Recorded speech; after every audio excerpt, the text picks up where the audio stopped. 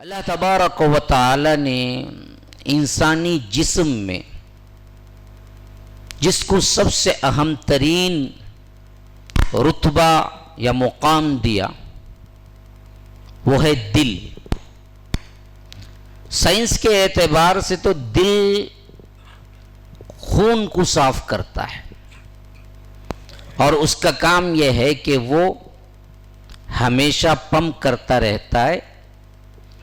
دو خانے وہ ہوتے ہیں جن میں خون گندا جمع ہوتا ہے اور دو خانے وہ ہوتے ہیں جن میں سے خون پاس ہو کے پھر پاک ہوتا ہے، اور یہ 24 آورس چلتا رہتا ہے۔ یہ کھڑتا ہے تو پھر انسان زندگی سے محروم ہو جاتا ہے۔ سائنس اتنا بتاتی ہے، لیکن جس موضوع پر مجھے خطاب کرنا ہے، میں سائنسی لحاظ سے دل کا کیا مقام مرتبہ ہے، دل کے شریانوں کے اعتبار سے کیسے پاکی صفائی کرنا ہے، یا میں یہ بتانے کے لیے نہیں بیٹھا ہوں کہ بلاکیج کو کیسے روکنا ہے، چکنا کتنا کھانا ہے کتنا نہیں کھانا ہے، فیٹ کب جمع ہوتا ہے، ہاں، یا ہارٹ اٹیک کب ہوتا ہے، یہ میرا موضوع نہیں ہے۔ میرا موضوع یہ ہے کہ قرآن و سنت نے دل کو کیا مقام دیا ہے جسے ہم سب سے کم توجہ دیتے ہیں۔ بھائی اس کو آگے کرو، اندر تم تھوڑا آگے کر دو اسے مجھے تاکہ سپورٹ مل جائے۔ ہاں، کیونکہ اللہ تبارک و تعالی نے ہدایت، محرومی، ضلالت، گمراہی، بدبختی، خوش قسمتی سب کا معیار دل کو رکھا ہے۔ سائنس کہتی ہے دماغ سوچتا ہے، قرآن کہتا ہے دل سوچتا ہے۔ سائنس کہتی ہے دماغ کرتا ہے، قرآن کہتا ہے کہ دل کرتا ہے۔ سائنس کہتی ہے آنکھیں دیکھتی ہیں، قرآن کہتا ہے دل دیکھتا ہے۔ سائنس کہتی ہے جس کی آنکھیں نہیں ہیں وہ نابینا ہے، قرآن کہتا ہے جس کی دل کی آنکھیں نہیں ہیں اصل میں اندھا وہ ہے۔ فَإِنَّهَا لَا تَعْمَى الْأَبْصَارُ وَلَكِنْ تَعْمَى الْقُلُوبُ الَّتِي فِي الصُّدُورِ۔ یہ ان کی آنکھیں اندھی نہیں ہوئی ہیں، یہ تو آنکھیں ہیں ان کی۔ جنہوں نے قرآن کو جھٹلایا، جو کافر ہوئے، جنہوں نے قرآن و سنت سے نصیحت حاصل نہیں کی، ان کا معاملہ یہ نہیں تھا کہ ان کو آنکھیں نہیں تھی، آنکھیں تھیں ان کو۔ لا تعمل ابصار ولیکن تعمل قلوب التی فی الصدور، دل کی جو آنکھیں تھے وہ اندھی تھی اصل میں، جس کے واسطے یہ دراصل قرآن و سنت سے نصیحت حاصل نہ کر سکے اور اللہ تبارک و تعالی کی پیروی، اللہ تبارک و تعالی کی اطاعت، رسول کی پیروی نہ کر سکے۔ تو اصل منبع دل ہے۔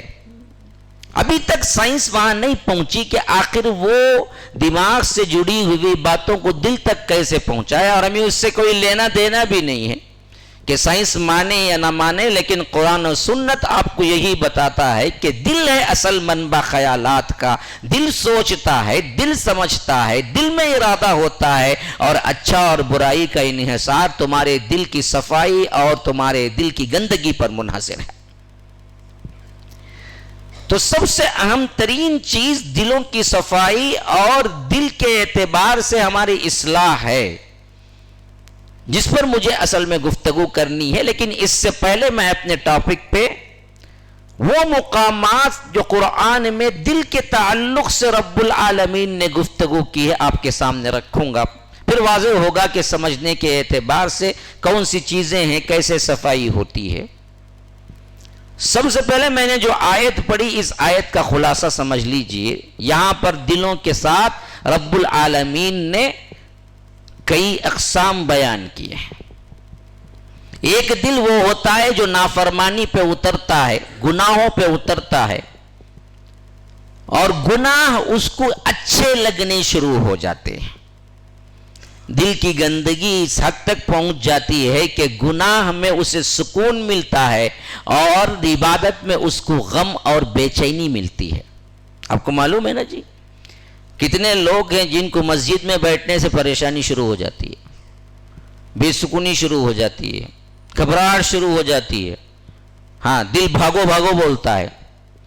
وہی آپ گندی فلموں میں گھنٹے بیٹھ جائیں، سنیما تھیٹر میں بیٹھ جائیں، گانے سننے بیٹھ جائیں، چائے خانوں میں بیٹھ جائیں، گھنٹے نکل جاتے ہیں، بندے کو پتہ بھی نہیں چلتا کہ کتنے گھنٹے وہ بیکار کی بکواس میں گزار دیا ہے، اور دل میں کبھی کھٹک بھی پیدا نہیں ہوتی کہ یہ میں نے برا کام کیا، بلکہ برا کام کیے بغیر کئیوں کی راتیں نہیں گزرتی، کئیوں کے دن نہیں گزرتے۔ اگر 2-3 دن وہ بچنا چاہے تو بھی تیسرے دن کر بیٹھتا ہے۔ کئی لوگ مجھے فون کر کے پوچھتے ہیں، مولوی صاحب 1000 مرتبہ میں توبہ کرتا ہوں، رک جانے کی کوشش کرتا ہوں، لیکن ایسی عادت پڑی ہے کہ رک نہیں پاتا۔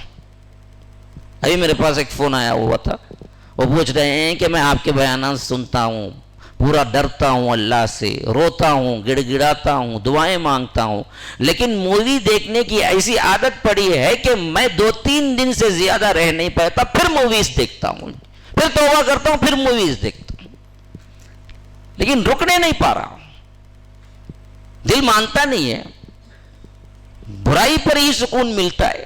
یہ بدترین قسم کا دل ہے۔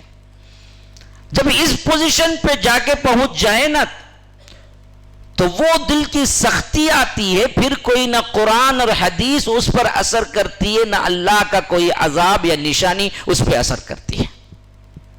وہ سخت ترین دلوں کے اندر ہوتا ہے، باوجود دیکھنے میں گوشت کا لوتھڑا ہے، لیکن سختی کے اعتبار سے قرآن کہتا ہے وہ پتھر بن جاتا ہے، پتھر، نہ پتھر نہیں، پتھر سے بھی زیادہ سخت۔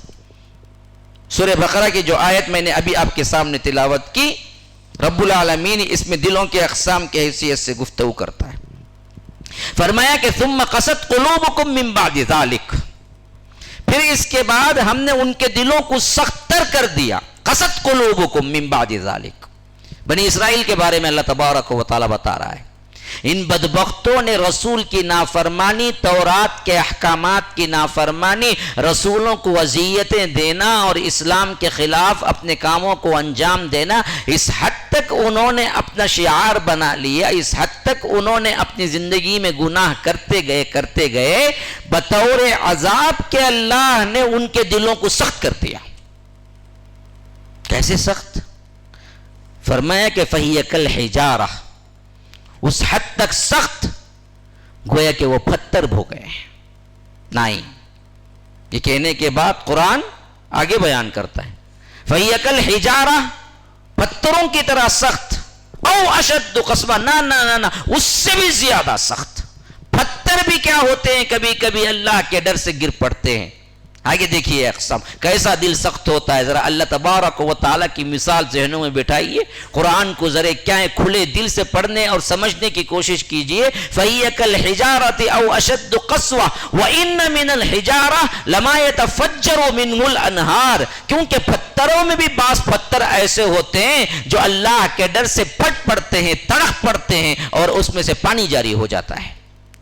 آپ چشمے دیکھتے ہیں، واٹر فالز دیکھتے ہیں، آپ دیکھتے ہیں کہ یہ تو ایک کیا ہے، آبشار ہے، نہ وہ کبھی کسی زمانے میں اللہ سے ڈرا، پھٹ پڑا، وہاں سے پانی جاری ہو گیا۔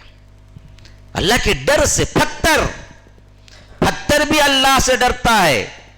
یہ گنہگار دل کبھی کبھی اتنا سخت ہوتا ہے کہ اللہ سے نہیں ڈرتا، اس حد تک بے باک ہوتا ہے کہ راتوں کے رات گندی فلموں میں، راتوں کے رات بے حیائی میں، راتوں کے رات موویز میں، راتوں کے رات غیبتوں میں، راتوں کے رات نافرمانی میں، چائے خانوں میں، شراب میں، اسی طرح زنا میں، بے حیائی میں گزارتا ہے، پھر بھی رب العالمین کی طرف توبے کے لیے نہیں پلٹتا۔ اتنا سخت ترین دل جو پتھروں سے بھی زیادہ سخت ہوتا ہے، کیونکہ پتھر میں بھی بعض پتھر ایسے ہوتے ہیں وَإِنَّ مِنَ الْحِجَارَةِ لَمَا يَتَفَجَّرُ مِنْهُ الْأَنْهَارُ وَإِنَّ مِنْهَا لَمَا يَشَّقَّقُ فَيَخْرُجُ مِنْهُ الْمَاءُ، بعض پتھروں میں ایسے پتھر بھی ہیں جو تڑک پڑتے ہیں اور اس میں سے پانی نکل پڑتا ہے، بعض پتھر وہ ہیں جو ٹوٹتے ہیں تو اس میں سے چشمے جاری ہو جاتے ہیں۔ وَإِنَّ مِنْهَا لَمَا يَهْبِطُ مِنْ خَشْيَةِ اللَّهِ، پتھروں میں بعض پتھر ایسے بھی ہیں جو اللہ کے ڈر سے گر پڑتے ہیں۔ آپ نے دیکھا ہوگا، کبھی کبھی آپ جائیے پہاڑوں کے سلسلے کا سفر کیجئے، بڑے بڑے چٹان جن کو کوئی ہلا بھی نہیں سکتا، کبھی کبھی کیا دیکھتے ہیں کہ بالکل ایسے لڑکتا ہوا، ایسے گرتا ہوا آیا کہ کسی بالکل چٹان کے کونے پہ ایسے کھڑا ہوا ہے گویا کہ کوئی پکڑا ہوا ہے۔ کون پکڑا ہوا ہے اس کو؟ وہ کیوں اوپر سے گر کے یہاں پر کھڑ گیا؟ پھر کب گرا؟ کیوں گرا؟ اللہ کہتا ہے میرے ڈر سے، میرے ڈر سے کبھی کبھی پتھر کو کیا ہوتا ہے اپنی جگہ سے گر پڑتا ہے۔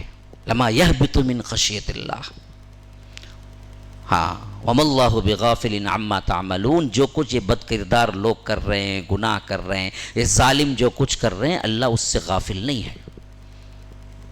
دل ایک یہ بھی ہوتا ہے جو دل نہیں رہتا، پتھر بنتا ہے۔ ہاں سائنس کے اعتبار سے خون پمپ کرتا ہے، اچھا ہوتا ہے، بلاکیج کوئی نہیں ہوتے ہیں، اچھا کھانا کھاتا ہے، مسکے لگا کے گھی لگا کے روٹیاں بجاتا ہے، وہ سب کچھ کرتا ہے اور میڈیکل لحاظ سے پرفیکٹ دل ہوتا ہے، لیکن شریعت کے لحاظ سے وہ سب سے سخت ترین ناکارہ دل ہوتا ہے جو گناہوں میں ڈوب جاتا ہے۔ آپ اپنے آپ کو تصور کر کے دیکھیں، آپ کا دل کبھی تنہائی میں رویا بھی ہے؟ کبھی خشیت الہی آپ پہ طاری بھی ہوئی ہے؟ کبھی کسی گناہ کے تمام ترین مواقع ملنے کے باوجود بھی آپ کیا کیے؟ صرف اللہ کے ڈر سے چھوڑ کے بھاگے بھی ہیں؟ ایک اور بات ہے کہ آپ کو ماحول نہیں ملا گناہ نہیں کیے، یہ الگ بات ہے،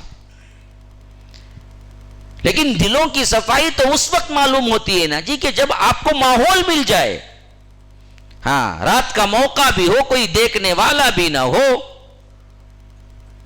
اور اسی کے ساتھ ساتھ کوئی حسین و جمیل لڑکی بھی ہو، آئی ٹی میں آپ کیا کام کر رہے ہوں، کوئی پوچھنے والا نہیں ہو، اگر پوچھے تو آپ کہہ سکتے ہوں کہ میں تو جاب پہ آیا ہوا ہوں۔ اب اس وقت وہ اشارے سے بلاتی ہے کہ آؤ مل بیٹھیں گے، چائے کافی کے مزے اڑائیں گے، اب پورا ماحول کھلا ہوا ہو تمہارے لیے دراصل کیا کچھ کرنے کی، بے حیائی کی ہر چیز، اور اس وقت اندر سے دل پکارے کہ نہ نہ نہ نہ اللہ سے ڈرنا ہے مجھے، میں نہیں کر سکتا یہ کام۔ کبھی ایسا ہوا بھی ہے؟ ایسا نہیں ہوا ہے تو پھر تو کیا ہے، سختی وہاں سے شروع ہو جاتی ہے، دلوں کی سختی، اور یہ دلوں کی سختی بڑھتی بڑھتی بڑھتی اس حد تک جیسا کہ حدیث میں آیا ہے کہ بندہ اگر گناہ کرتا ہے تو اس کے اوپر ایک داغ، دھبا، کالا دھبا بیٹھتا ہے۔ اگر وہ توبہ کر لیتا ہے تو اللہ تعالیٰ پھر اس کو صاف کر دیتا ہے، لیکن وہ گناہ پہ گناہ کرتا جاتا ہے تو 1 2 3 4 5 6 7 8 9 10 دھبے پڑتے چلے جاتے ہیں، یہاں تک کہ پورا دل سیاہ ہو جاتا ہے۔ پھر جب پورا دل سیاہ ہو جاتا ہے تو پھر تو زنگ آلود معاملہ جیسے چیزوں کا ہوتا ہے وہی کچھ دلوں کا بھی ہوتا ہے۔ کلا بل ران علی قلوبہم، پھر ان کے دلوں کو زنگ لگ جاتا ہے۔ پھر اس کے بعد آپ لاکھ اسے سمجھائیں، لاکھ اسے بتائیں، لاکھ ڈرائیں کہ دیکھو جی یہ گناہ ہے، یہ مت کرو، یہ موویز مت دیکھو، یہ بے حیائی مت دیکھو، عورتوں کو مت گھورا کرو، لیکن وہ اپنے معاملے میں پرفیکٹ ہوتا ہے، جو بھی سنتا ہے اس کان سے سنا اس کان سے چھوڑ دیا، اپنی زندگیوں میں مست۔ کئی لوگ حرام رشتے بھی قائم کیے، محرمات سے بھی زنا کر کے زندگی گزار رہے ہیں، اور بڑے آسانی سے اگر وہی کوئی ایک صاف دل والا بندہ ہوتا ہے تو مر جانا پسند کرے گا، اس گناہ کے بعد جینا پسند نہیں کرے گا، لیکن ہے آرام سے زندگی گزار رہے ہیں، ان کو اس کو فکر بھی نہیں ہوتی۔ جیسا کہ حضرت ابن عباس وغیرہ کہا کرتے تھے، ہماری زبانے میں کوئی گناہ ہوتا تو ہم کو ایسے محسوس ہوتا کہ ہمارے اوپر پہاڑ رکھ دیا گیا ہے، اتنا بوجھ محسوس ہوتا، چھوٹا موٹا جو گناہ بھی ہو جاتا۔ لیکن اللہ کے رسول کے دور میں یہ تھا ہمارا حال، لیکن میں آج دیکھتا ہوں، اس زمانے کے لحاظ سے کہہ رہے تھے، میں دیکھتا ہوں کہ آج لوگ اتنے بے باک ہو گئے ہیں کہ ان کے ہاتھوں سے کوئی گناہ سرزد ہوتا تو وہ جس طرح ناک پہ مکھی بیٹھی ہے تو اڑا دیتے ہیں، اس طرح اڑا دیتے ہیں، بس مسئلہ ختم، کوئی ان کے اندر تبدیلی ہوتی ہی نہیں،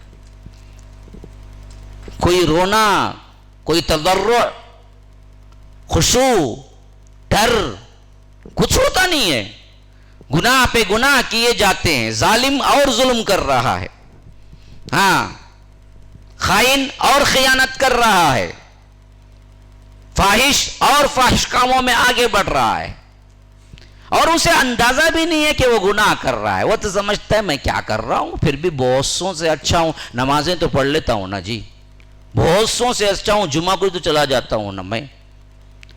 وہ کبھی اپنی برائیوں کی طرف دیکھتا ہی نہیں ہے. اسی واسطے یہ دل کی سختی اس حالت تک پہنچا کے چھوڑ دیتی ہے, پھر اس کے بعد اس کی کوئی چیز اسے اثر نہیں کرتی, نہ قرآن نہ حدیث نہ عذابات کی نشانیاں. 2004 میں 2004 میں ہمارے ہاں سونامی آیا تھا, اس سے پہلے ہم سونامی کے لفظ بھی نہیں سنے تھے. ہزاروں کی جانیں آنکھوں دیکھتی چلی گئی, لیکن کتنے بدلے. یہ تو دراصل میرے بچپن کا واقعہ ہے, لیکن آج کا اپنا واقعہ 2019 کے بعد کرونا کا جو مرحلہ آیا, کتنے لوگ بالکل ہنستے کھیلتے ہمارے سامنوں سے چلے گئے اور ایسی حالت میں گئے کہ آپ سوچ بھی نہیں سکتے ہیں. گزشتہ بار مجھے ملاقات ہوئی تھی, شیخ سے بتا رہے تھے, میں ذکر بھی کیا تھا کہ وہ بندہ جو اپنے آپ کو اپنے بچوں کے لیے سب کچھ کر کے گیا, کرونا میں مرا تو اوپر تھا بچہ اور نیچے آ کے دیکھنا پسند نہ کیا اور لوگ لے جا کے دفنانا پڑا اس کو. باپ کا منہ دیکھنا پسند نہ کیا کہ کہیں کرونا مجھے بھی نہ لگ جائے. ایسے عجیب و غریب واقعات ہوئے, لیکن ہمیں دراصل ذرا بھی دل کے اندر نرمی پیدا نہیں. جھگڑے وہی جھگڑے, ظلم وہی ظلم, ایک دوسرے سے غصہ وہی غصہ, وہی ناچاقی, وہی حسد, وہی کینہ, وہی کپٹ. کچھ نہیں بھائی, اتنا بڑا واقعہ ہو گیا, چلو ہم مل لیتے ہیں, اس کے بعد ہم لڑتے جھگڑتے نہیں. اللہ کے لیے تم بھی نرم پڑ جاؤ, میں بھی, کیونکہ زندگی میں رکھا کیا ہے, اچانک موت آئی, مر گیا بندہ, پھر تو کچھ باقی نہیں رہے گا. آج ہم صلح کر لیتے ہیں, آج ہم توبہ کر لیتے ہیں, آج ہم مل جاتے ہیں, آج ہم اپنے دل سے تمام کینے کپٹ حسد کو نکال دیتے ہیں, آج ہم معافیاں تلافیاں کر لیتے ہیں. کتنے لوگ ہیں جو ایسا کر کے بدلتے ہیں.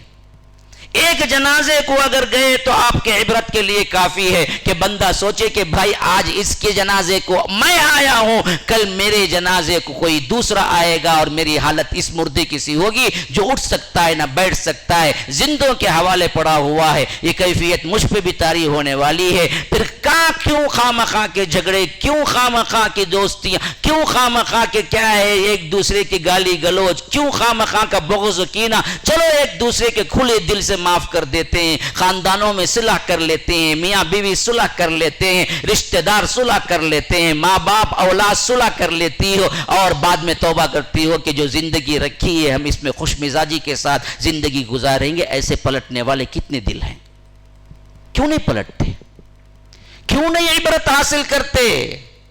ایک واقعہ بدلانے کے لیے کافی ہے جب دل صاف ہو.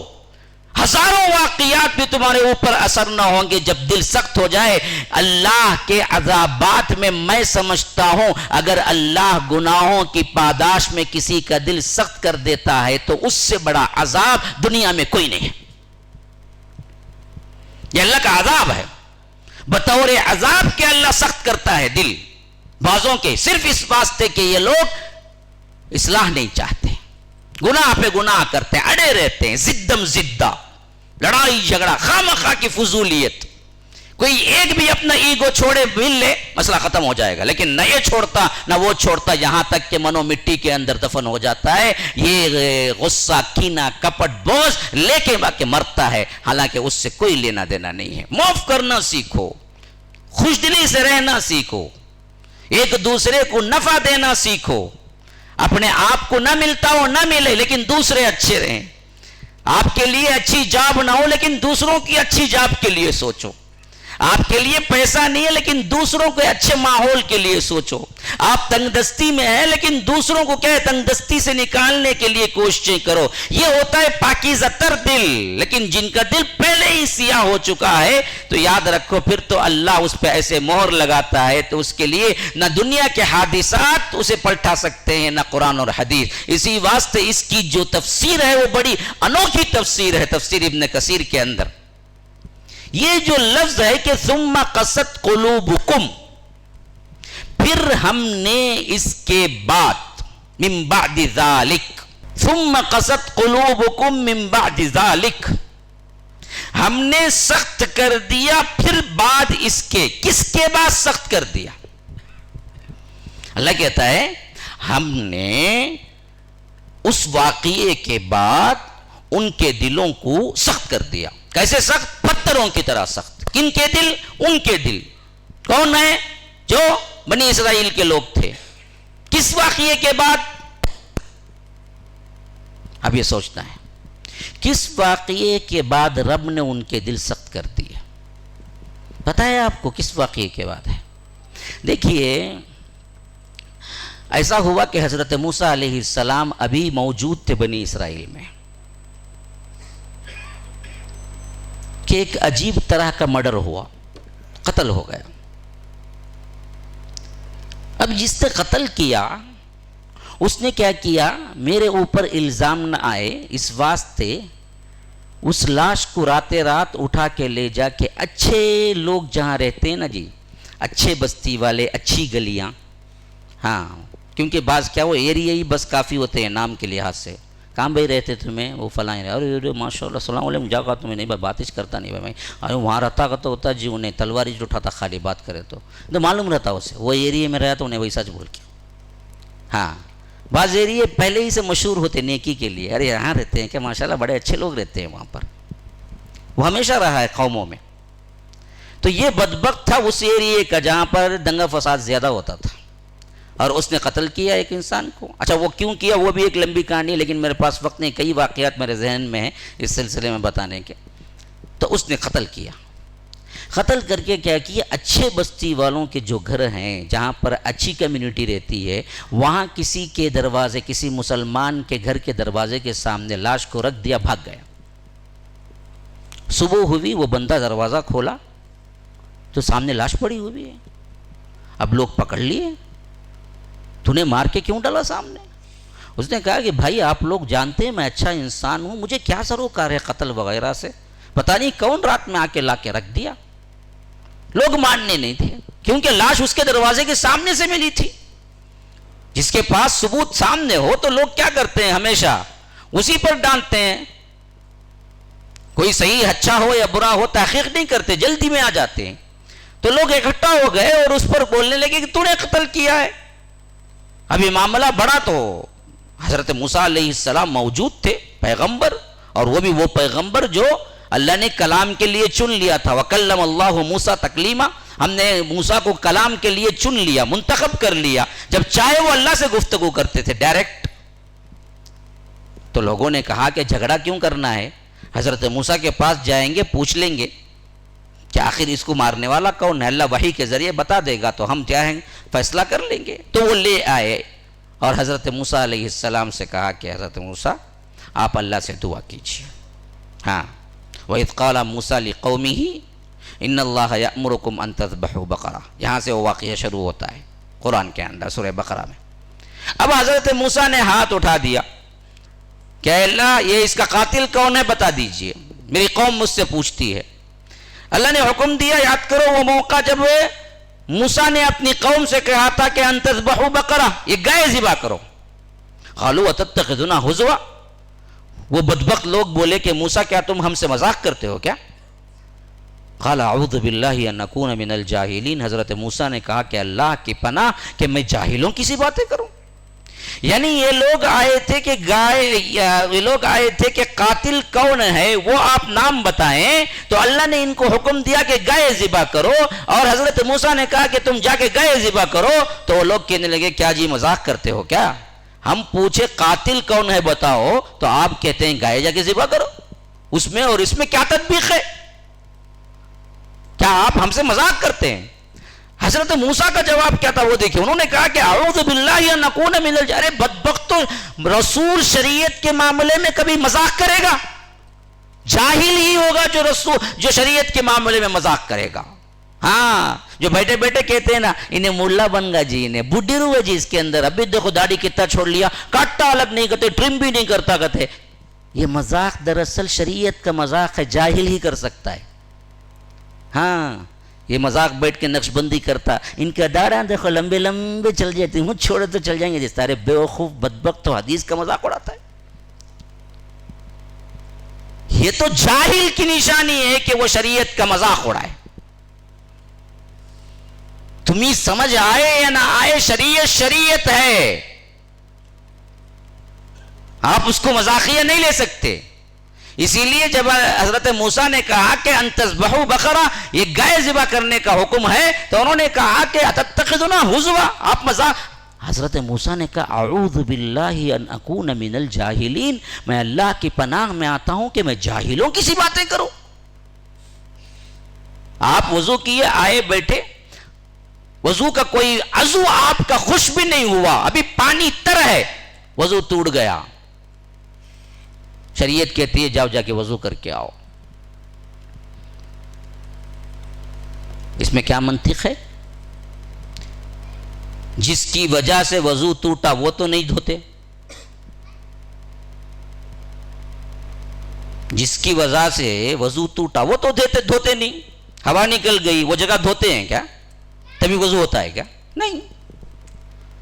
اعضاء تو وہ دھوتے ہیں جس سے کچھ گناہ سرزد ہی نہیں ہوا. ہاتھ دھوتے ہیں، چہرہ دھوتے ہیں، پاؤں دھوتے ہیں، سر کا مسح کرتے ہیں، لیکن کام جو کیا وہ تو کوئی اور کیا. شریعت کہتی ہے کہ دھونا کس کو ہے؟ کسی اور کو ہے. تمہاری عقل کام نہیں دیتی. اور کوئی سوال پوچھے کہ یہ معاملہ ایسے ہوا تو ہم وضو کیوں کریں؟ شریعت کہتی ہے کہ اسی پہ وضو لازم ہے تم پر. ہاں، ابھی اس پر کوئی مذاق اڑائے تو یاد رکھو وہ جاہل ہے. صرف جاہل ہی شریعت کے احکامات پہ مذاق اڑا سکتا ہے. تو جو لوگ ہمارے وضع و خطا کو دیکھ کر بعض لوگ کیا کرتے ہیں؟ بڑا مذاق اڑاتے ہیں. اونچی پنڈلی نصف ساکھ سے زندگی گزارنے والے، یہ کیا جی یہ پینٹ کام والے کے سر کا پہن لیے، لمبا پینٹ ملا نہیں گی تم نا، کپڑا شارٹ ہوگا کی؟ مجھے پوچھنے والے تھے ایک زمانے میں مذاقاً. حالانکہ نصف ساکھ شریعت کا اصول ہے. آدھی پنڈلی یہی اصل ہے شریعت کا لباس. تم جو بھی پہنو، اوپر سے پہنو، نیچے سے پہنو، جو بھی ہو، لیکن وہ ہو آخری حد آدھی پنڈلی، یعنی عموم. اس سے زیادہ بڑھانا چاہتے ہو تو ٹخنا. ہاں، پھر اللہ کے رسول نے فرمایا کہ ٹخنے سے نیچے جائے گا کپڑا پھر جہنم میں جاؤ گے. ہاں، جو ٹخڑے سے نیچے جائے گا وہ جہنم میں جائے گا. اب بظاہر یہ تو نہیں ہوگا کہ جو ٹخنے سے نیچے جاتا ہے جو حصہ، پھر کیا ہے اسے جہنم میں ڈالنا ہے تو ٹخنے کے اوپر کا پاؤں کاٹ کے لے جا کے جہنم میں ڈال دیں گے اور یہ جنت چلا جائے گا. ایسا تو نہیں ہوگا. جب جائے گا تو پورا ہی جائے گا. جو لوگ بڑا جھاڑتا ہوا پینٹ پہنتے ہیں اور سمجھتے ہیں کہ بھائی یہ لوگ بہت سختی کرتے ہیں، بھائی ان کے پاس خالی سختی ہے نہیں کرنا، اور سب اللہ کام بھائی دیکھتا. وہ سب اصل دیکھو، تمہیں معاملات اچھے ہیں کیا دیکھو، اخلاق سے پیشہ سب ہوتا. یہ سب کیا علماء بنا لیے، ملا بنا لیے. مذاق ہے، مذاق ہے. اللہ کے رسول صلی اللہ علیہ وسلم نے ایک شخص کو دیکھا کہ تھوڑا سا کیا ہے پینچا نیچے ہے، کہ فرمایا کہ یہ بندہ بڑا اچھا ہوتا اگر اس کا پینچا اونچا ہو جاتا. پھر اس نے زندگی بھر انہوں نے قسم کھائی کہ کبھی میرا کپڑا نیچے نہیں ہوگا. ہاں، ایک ایک وضع، ایک ایک چیز جو ہم اپناتے ہیں شریعت کے مطابق ہے، تو کسی مائی کے لال کو یہ اجازت نہیں ہے کہ وہ اس کو مذاق میں اڑائے. گناہ اور چیز ہے، مذاق اور چیز ہے. مذاق وہاں تک پہنچا دیتا ہے کہ انسان جاہل بن جاتا ہے. آپ نہیں کرتے ہیں، نہیں کرنے ہو رہا ہے، گناہ ہے تو گناہ سمجھ کے خاموش رہو. ہاں، شرم کرو بولنے میں. ایک تو یہ بھی ایک نمبر کی بلیٹ ڈالتا ہے، دوسرا داڑھی رکھنے والوں کو بھی چڑھاتا ہے کہ دیکھو جی لمبے لمبے. میرے پاس میں ایک مرتبہ گیا تھا خطبہ ایک بنگلور کی کسی مسجد میں تھا، تو وہاں پر ایک بندہ نماز کے بعد مجھ سے ملا. مولوی صاحب آپ کے ہاں داڑھی کاٹنا جائز ہے؟ میں نے پوچھا کہ نہیں بھائی نہیں جائز، نہیں جائز، ذرہ بھی نہیں کٹنا، نہیں کٹنا. بڑھتی گئی تو جان دے، بڑھے کچھ سیدھا چلے گی، پاؤں کے نیچے سب چلے گی تو کیا کریں گے؟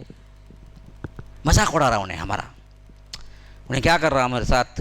سمجھتا ہے کہ مولانا نہیں سمجھتے طنز کو، ہمیں کیا کیا نہیں سمجھتے ہم نہ معلوم. ہاں، انہیں کیا کر رہا مجھے بٹھا کے، اچھا اب نہیں کاٹتے برابر اچھے، اب بڑھتی کسی کی داڑھی بڑھتی ہے. میں بولا بڑھیں کیا ہے اس میں؟ نہیں، کسی کی داڑھی بڑھ لے کو چلے گی، ابھی اتنی بڑی کہ پاؤں کے نیچے سوپ جاتی ہے، پیشاب ہو گیا تو سامنے پورا پانی میں آ جاتی ہے اس کی داڑھی، تو کیسا کریں گے؟ میں بولا کہاں ہوا ایسا؟ نہیں ہوا تو آؤ تب بولتا ہوں. بولا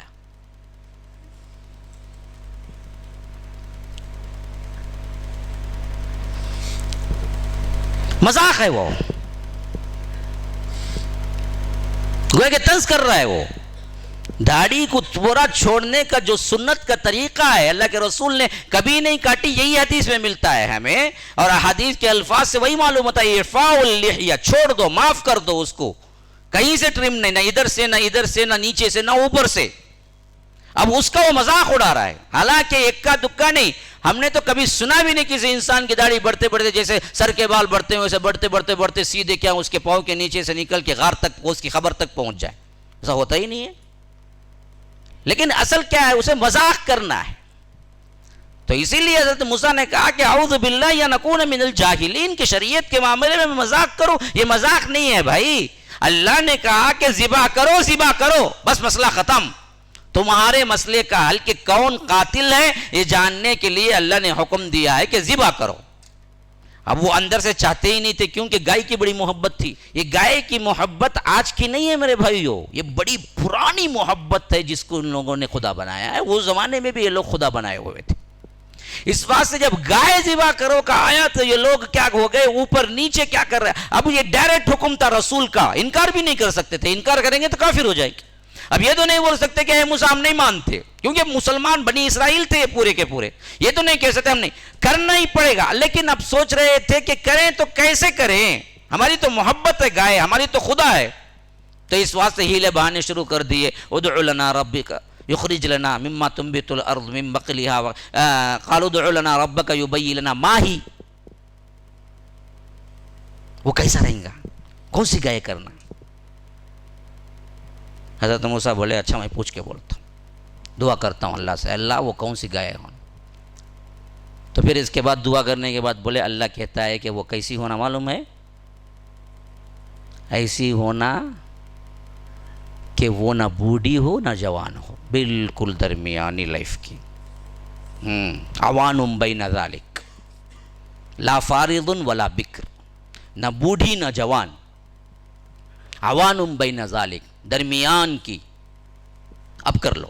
پھر آ کے پوچھے نہیں سمجھ میں نہیں آ رہا ہے, خالی درمیان بڑے تو درمیان ایج کے کتنے کی گیا ہی نا موسیٰ, اب کسے کو ذرا کیا ہے پوچھ کے بتاؤ نا وہ کیسی گائے ہے. ان البقرہ تشابہ علینا, ہمارے اوپر کیا شبہ ہو گیا ہے کہ کون سی گائے کریں گے.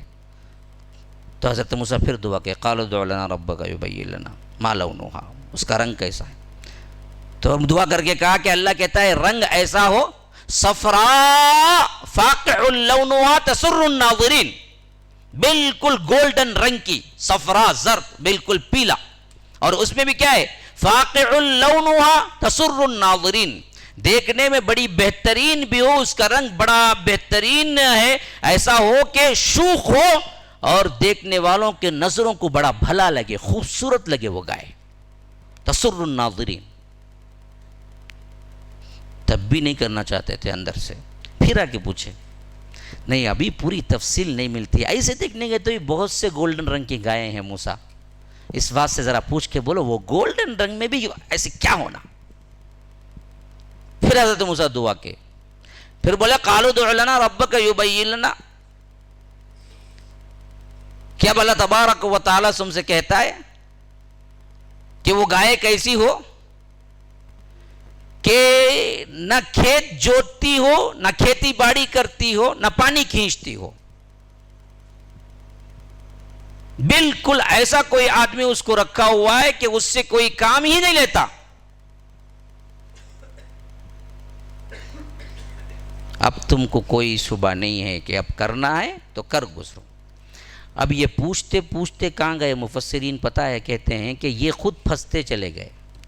جس گائے کو انہوں نے معبود کے طور پر سب سے اہم ترین بڑا مقام دیا تھا, اور وہ گائے صرف ایک ہی گائے تھی,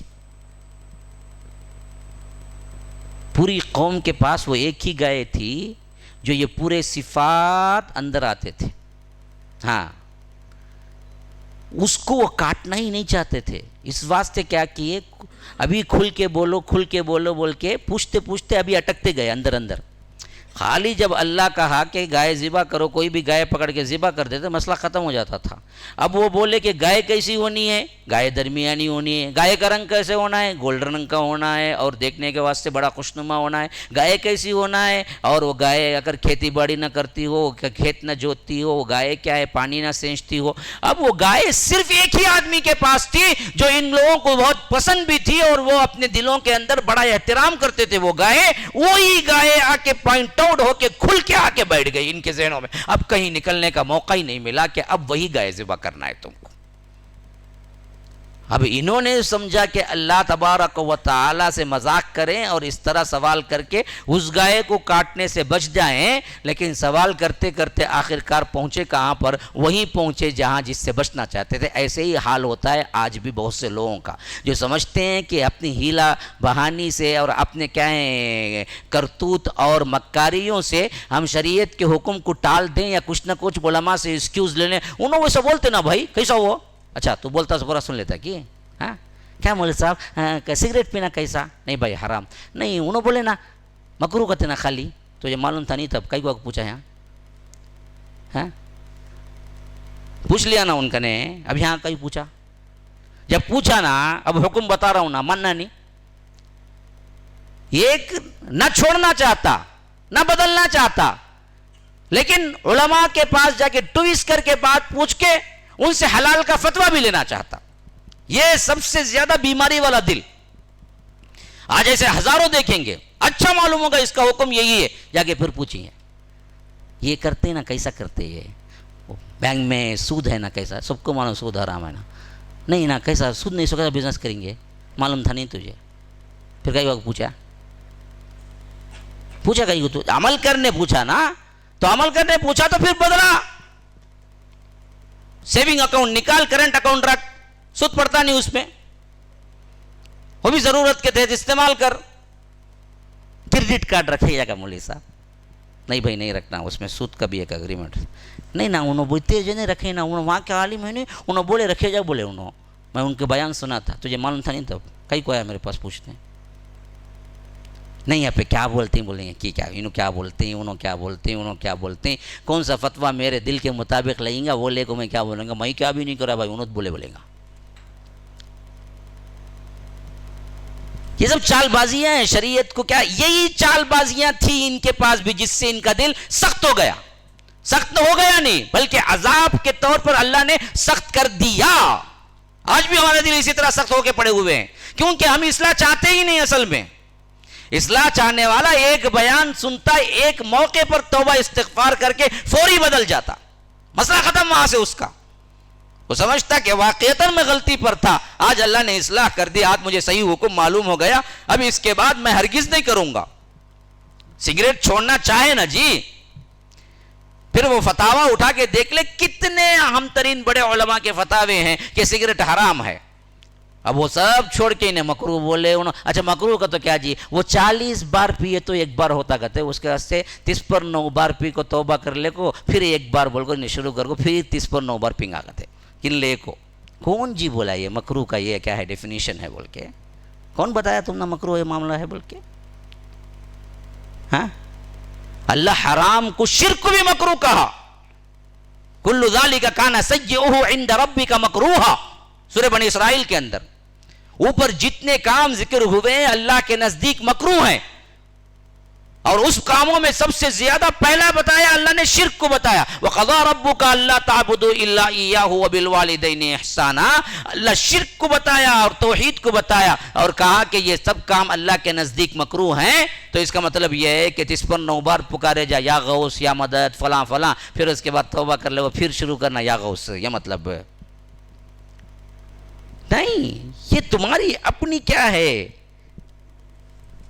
سوچ ہے، مذاق ہے، ورنہ تو صاف معلوم ہے تمباکو ہے، اس کے اندر جان کو خطرہ ہے، منہ کا کینسر آتا ہے، پھیپھڑے خراب ہوتے ہیں، ہاں اپنے آپ کو مارنے کے برابر ہے۔ اللہ کا حکم ہے کہ لا تقتلوا انفسکم، اپنے آپ کو مت مارو، خودکشی حرام ہے۔ یہ بھی خودکشی کی طرح دھیرے دھیرے دھیرے دھیرے انسان کو مار ڈالتی ہے۔ کئی ایسی چیزیں ہیں، کئی ایسے توجیحات ہیں جس کے اعتبار سے صراحتاً معلوم ہے کہ سگریٹ حرام ہے، تو سب معلوم ہے، لیکن جس کو چھوڑنا نہیں ہے انہیں ہزار ہیلے بہانے کرتا ہے، یہ ہے وہ ہے ایسا ہے۔ جو چھوڑنا ہے زمانے کا عادی، زمانے کا، میں یہ نہیں کہتا کہ ایک دو دن کا، سالوں کا عادی، میں نے دیکھا ہے اپنی زندگی میں، صرف ایک بات، ایک بیان سن کے چھوڑا تو پھر زندگی میں کبھی منہ کو نہیں لگایا سگریٹ، چھوڑ دیا، بس مسئلہ ختم۔ معلوم نہیں تھا، پیا تھا بھائی، اب معلوم ہو گیا کہ یہ حرام ہے، پھر اب نہیں لگاتا میں منہ کو، حرام حرام ہے، مسئلہ ختم۔ اللہ مجھے قائم دائم رکھے۔ ایسے کئی لوگ ہیں جو نکل گئے ماشاء اللہ سے، اپنی زندگی سے سگریٹ نکال دی۔ ٹی وی کا ایسا عادی تھا، ٹی وی کے بغیر نیند نہیں آتی تھی، بس سنا فحاشی اور یعنی کے بارے میں، گیا اپنے گھر سے کیبل نکالا، پھر زندگی میں نہ بچوں کو کیبل دکھایا نہ خود گیا۔ ایسے کئی گھر ہیں جن کے گھروں میں کیبل آیا ہی نہیں، ٹی وی آئی ہی نہیں ہیں، ماشاء اللہ بننے والے یوں بن جاتے ہیں، لیکن جو بننا ہی نہیں چاہتے وہ ہیلے بہانے میں اپنی زندگی گزارتے ہیں، یہاں تک کہ ان ہیلے بہانوں کی وجہ سے اس کا دل سخت ترین ہو کے کیا ہوتا ہے، ابھی گناہوں میں ڈوب جاتا ہے۔ یہ حالت تھی ان کی کہ اللہ کہا کہ ذبح کرو، یہ ذبح تو نہیں کرے، لیکن کیسے کرنا، ایسے کرنا، کیوں کرنا، یہ پوچھتے پوچھتے پوچھتے آخر کا وہیں پر آ کر رہ گئے۔ جس گائے کو وہ ذبح نہیں کرنا چاہتے تھے اسی کے لیے پوائنٹ آؤٹ ہو گیا کہ یہی ذبح کرنا ہے۔ اللہ کہتا ہے فَذَبَحُوهَا وَمَا كَادُوا يَفْعَلُونَ، یہ کرنے والے تو نہیں تھے لیکن کر بیٹھے، یعنی آخرکار ان کو کرنا پڑا، لیکن جی اندر سے دل تو نہیں مانتا تھا ذبح کرنے کا، لیکن آخرکار یہ پھنس چکے تھے تو انہوں نے ذبح کیا۔ اچھا اب یہ ذبح ہو گیا نا،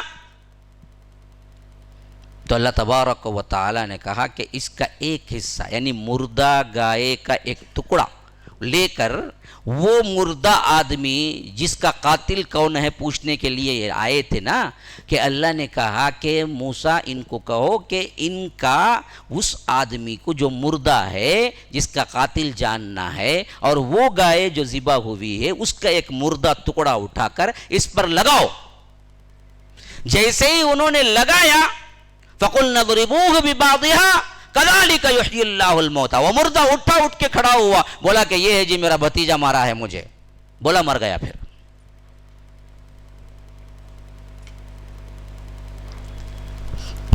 اس طرح ہم زندہ کرنے پر قادر ہیں۔ اللہ تعالیٰ بتانا چاہا کہ لوگ مر گئے تو کیسے زندہ ہوں گے، کیسے زندہ، اللہ میرا کن فیکون کا مالک ہوں میں، بس ایک مردہ گائے کا ٹکڑا، وہ کیا ہے، ایک مردہ تھا اس پہ لگائے وہ زندہ ہو گیا، اور اس نے کہا کہ یہ قاتل ہے میرا، یہ بھتیجا ہے نا یہی قاتل ہے میرا، اصل میں یہ گھر پہ لا کے وہاں پر رکھ کے چلا گیا تھا۔ اب اتنا بڑا معجزہ یہ اپنے آنکھوں سے دیکھے، کون، یہ بنی اسرائیل، کہ اللہ نے ایک گائے کو ذبح کرو کہا، وہ مردہ گائے اس کا ٹکڑا اٹھائے، ایک مردہ آدمی تھا اس آدمی پر لگائے، وہ آدمی آنکھوں کے سامنے ان کے زندہ ہوا، اٹھ کے اپنے قاتل کا نام بتایا، یہ ہے فلاں ہے، پھر مر گیا۔ اتنا بڑا معجزہ دیکھنے کے بعد بھی یہ اللہ والے نیک نہیں بنے، تو اللہ کہتا ہے ثم قست قلوبکم من بعد ذلک، پھر اس کے بعد اللہ نے ان کے دلوں کو سخت کر دیا۔ شیخ ادھر آئیے، شیخ یہ تھوڑا ادھر ہٹاؤ بھائی، اور کیسے ہیں آپ؟ شکراً، جزاک اللہ خیر، اجازت آپ کے سامنے ہم کو، اللہ اکبر۔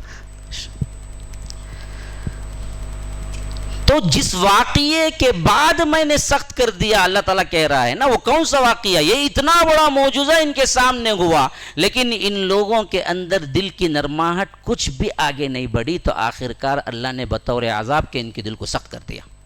یاد رکھو ہماری زندگیوں میں کتنے ایسی نشانیاں آتی ہیں جس سے ہم پلٹ سکتے ہیں، توبہ کر سکتے ہیں، لیکن کرتے نہیں۔ اب اس کا نتیجہ کیا نکلے گا؟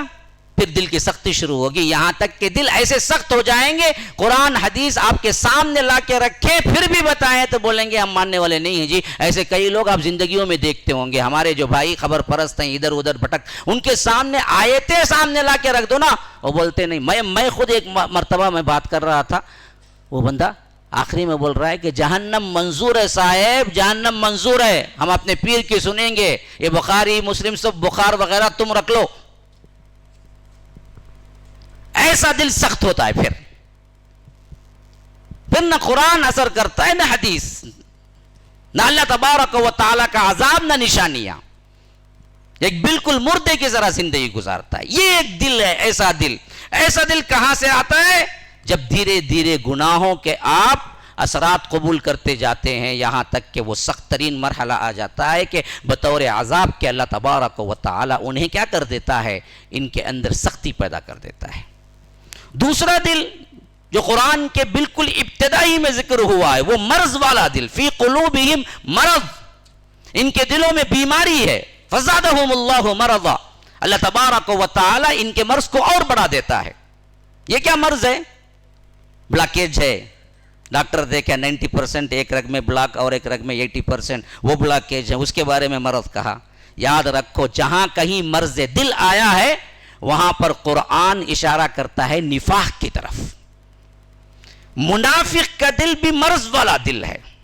ہاں، اور جس کے دل میں بے حیائی اور عورتوں کے اعتبار سے کیا ہے کمزوری ہے، ایسے دلوں کو بھی اللہ نے مرض والا دل کہا ہے. یہ دل بھی بڑا خطرناک ترین مرحلے پہ لے آ کے چھوڑ دیتا ہے انسان کو. اگر یہ اعتقادی منافق ہوگا تو وہ تو دائمی جہنمی، جہنم بھی وہ جہنم کا حصہ جسے اللہ کہتا ہے ان المنافقین فی الدرک الاسفل من النار. ہم منافقین کو کہاں رکھیں گے؟ جہنم کے سب سے آخری درجے میں رکھیں گے. اسفل من النار، جہاں سے ایندھن شروع ہوتا ہے، جہاں سے کیا ہے آگ شروع ہوتی ہے، وہاں ڈالیں گے ان کو. ایسے نفاق والے بھی ہو جاتے ہیں. بعض نفاق وہ ہوتے ہیں جو عملی ہوتے ہیں، اور یہ نفاق والے دل ہمیشہ کیا ہوتے ہیں؟ لا الہ ہاؤلا ولا الہ ہاؤلا مذبذبین بین ذالک، نہ ادھر کے نہ ادھر کے، نہ ادھر صحیح نہ ادھر صحیح، نہ دنیا ملتی ہے نہ آخرت ملتی ہے. آخرکار کیا ہے؟ دونوں میں بدترین مقام پہ پہنچ کے مرتے ہیں. یہ بھی معمولی نہیں ہے، یاد رکھو. اس دل سے بھی بچنا چاہیے، ہمارے اندر ٹٹولنا چاہیے. کیا یہ امراض ہمارے اندر بھی ہیں؟ کیا ہمارے دل بھی مرض والے دل ہیں؟ ایک تو وہ مرض ہیں جو نفاق کفر تک پہنچا کے چھوڑتا ہے. میں سمجھتا ہوں بطور شعور ایسا کوئی مسلمان منافق نہیں بنتا. اللہ کا بہت بڑا فضل ہے، کیونکہ وہ منافق کی نشانی کیا ہے؟ اسلام کی بڑھوتری ہوتی ہے تو اسے دکھتا ہے، اسلام کا زوال ہوتا ہے تو وہ خوش ہوتا ہے. وہ منافق کی نشانی جو اعتقادی منافق ہے. ایسا تو کوئی مسلمان شعوری نہیں ہے کہ اسلام کی اشاعت ہو تو اسے غمگین کر دے، اور اسلام کا زوال ہو تو اسے کیا کرے؟ خوش کر دے. ہاں، بعض وہ ہیں مسلمانوں میں اس حیثیت سے کہ ان کے اپنے اعتقادات سے شرک پھلا پھولتا ہے تو خوش ہوتے ہیں، توحید پھلی پھولتی ہے تو غم زدہ ہو جاتے ہیں. وَإِذَا ذُكِرَ اللَّهُ وَحْدَهُ اشْمَأَزَّتْ قُلُوبُ الَّذِينَ لَا يُؤْمِنُونَ بِالْآخِرَةِ وَإِذَا ذُكِرَ الَّذِينَ مِن دُونِهِ إِذَا هُمْ يَسْتَبْشِرُونَ. ایسے دلوں کی بھی بات اللہ تبارک و تعالی نے کی ہے. یہ بدبخت لوگ کیا ہوتے ہیں؟ اللہ ایک کا ذکر کرتے ہیں تو جو لوگ آخرت پر ایمان نہیں رکھتے ان کے دل مرجھا جاتے ہیں، ان کے چہرے سکڑ جاتے ہیں. وَإِذَا ذُكِرَ الَّذِينَ مِن دُونِ، اللہ کو چھوڑ کر ولیوں کے قصے، انہوں فلاں، انہیں خالی اوپر سے گئے گئے تھے پرندہ یوں دیکھے گئے تھے عبد القادر جیلانی، انہیں ٹکڑے ٹکڑے ہو گر گئے تھے، وہاں مر گئے تھے. یہ بڑے بڑے بیکار کے قصے بیان کریں گے تو بعض لوگوں کے دل ہیں بڑے خوش ہو جاتے ہیں. اذا ہم یستبشرون، کہ حشاش بشاش ہو جاتے ہیں، بڑے خوش. اولیاء کی، بھائی اولیاء کی بات ہو رہی. تم کون جی؟ تم اولیاء کے گستاخ جی. تم ہمیں دیکھو، اللہ کا وحدانیت کا ذکر ہو، وحدہ اشمئزت، صرف اللہ ہی کا ذکر ہو تو ان لوگوں کے چہرے اتر جاتے ہیں. اللہ کے علاوہ دوسروں کا ذکر ہوتا ہے تو خوش ہو جاتے ہیں. اس اعتبار سے تو بعض ہمارے اپنے بھی ہوں گے جو کہ اسلام اور توحید کی بڑھوتری سے رنج میں پڑ جاتے ہیں، اور اسی طرح اسلام کے پھیلاؤ سے خوشی محسوس نہیں کرتے. اور جہاں زوال ہوگا تو اس وقت کہیں کسی مسجد کو بند کر دیا گیا. ایسے اللہ کے کتنے لوگ ہیں، اللہ اکبر، میں نہیں کہنا چاہتا تھا لیکن ہیں، میرے سامنے کے واقعات ہیں. بنگلور میں، کرناٹک میں، کئی جگہ مسجدوں کو صرف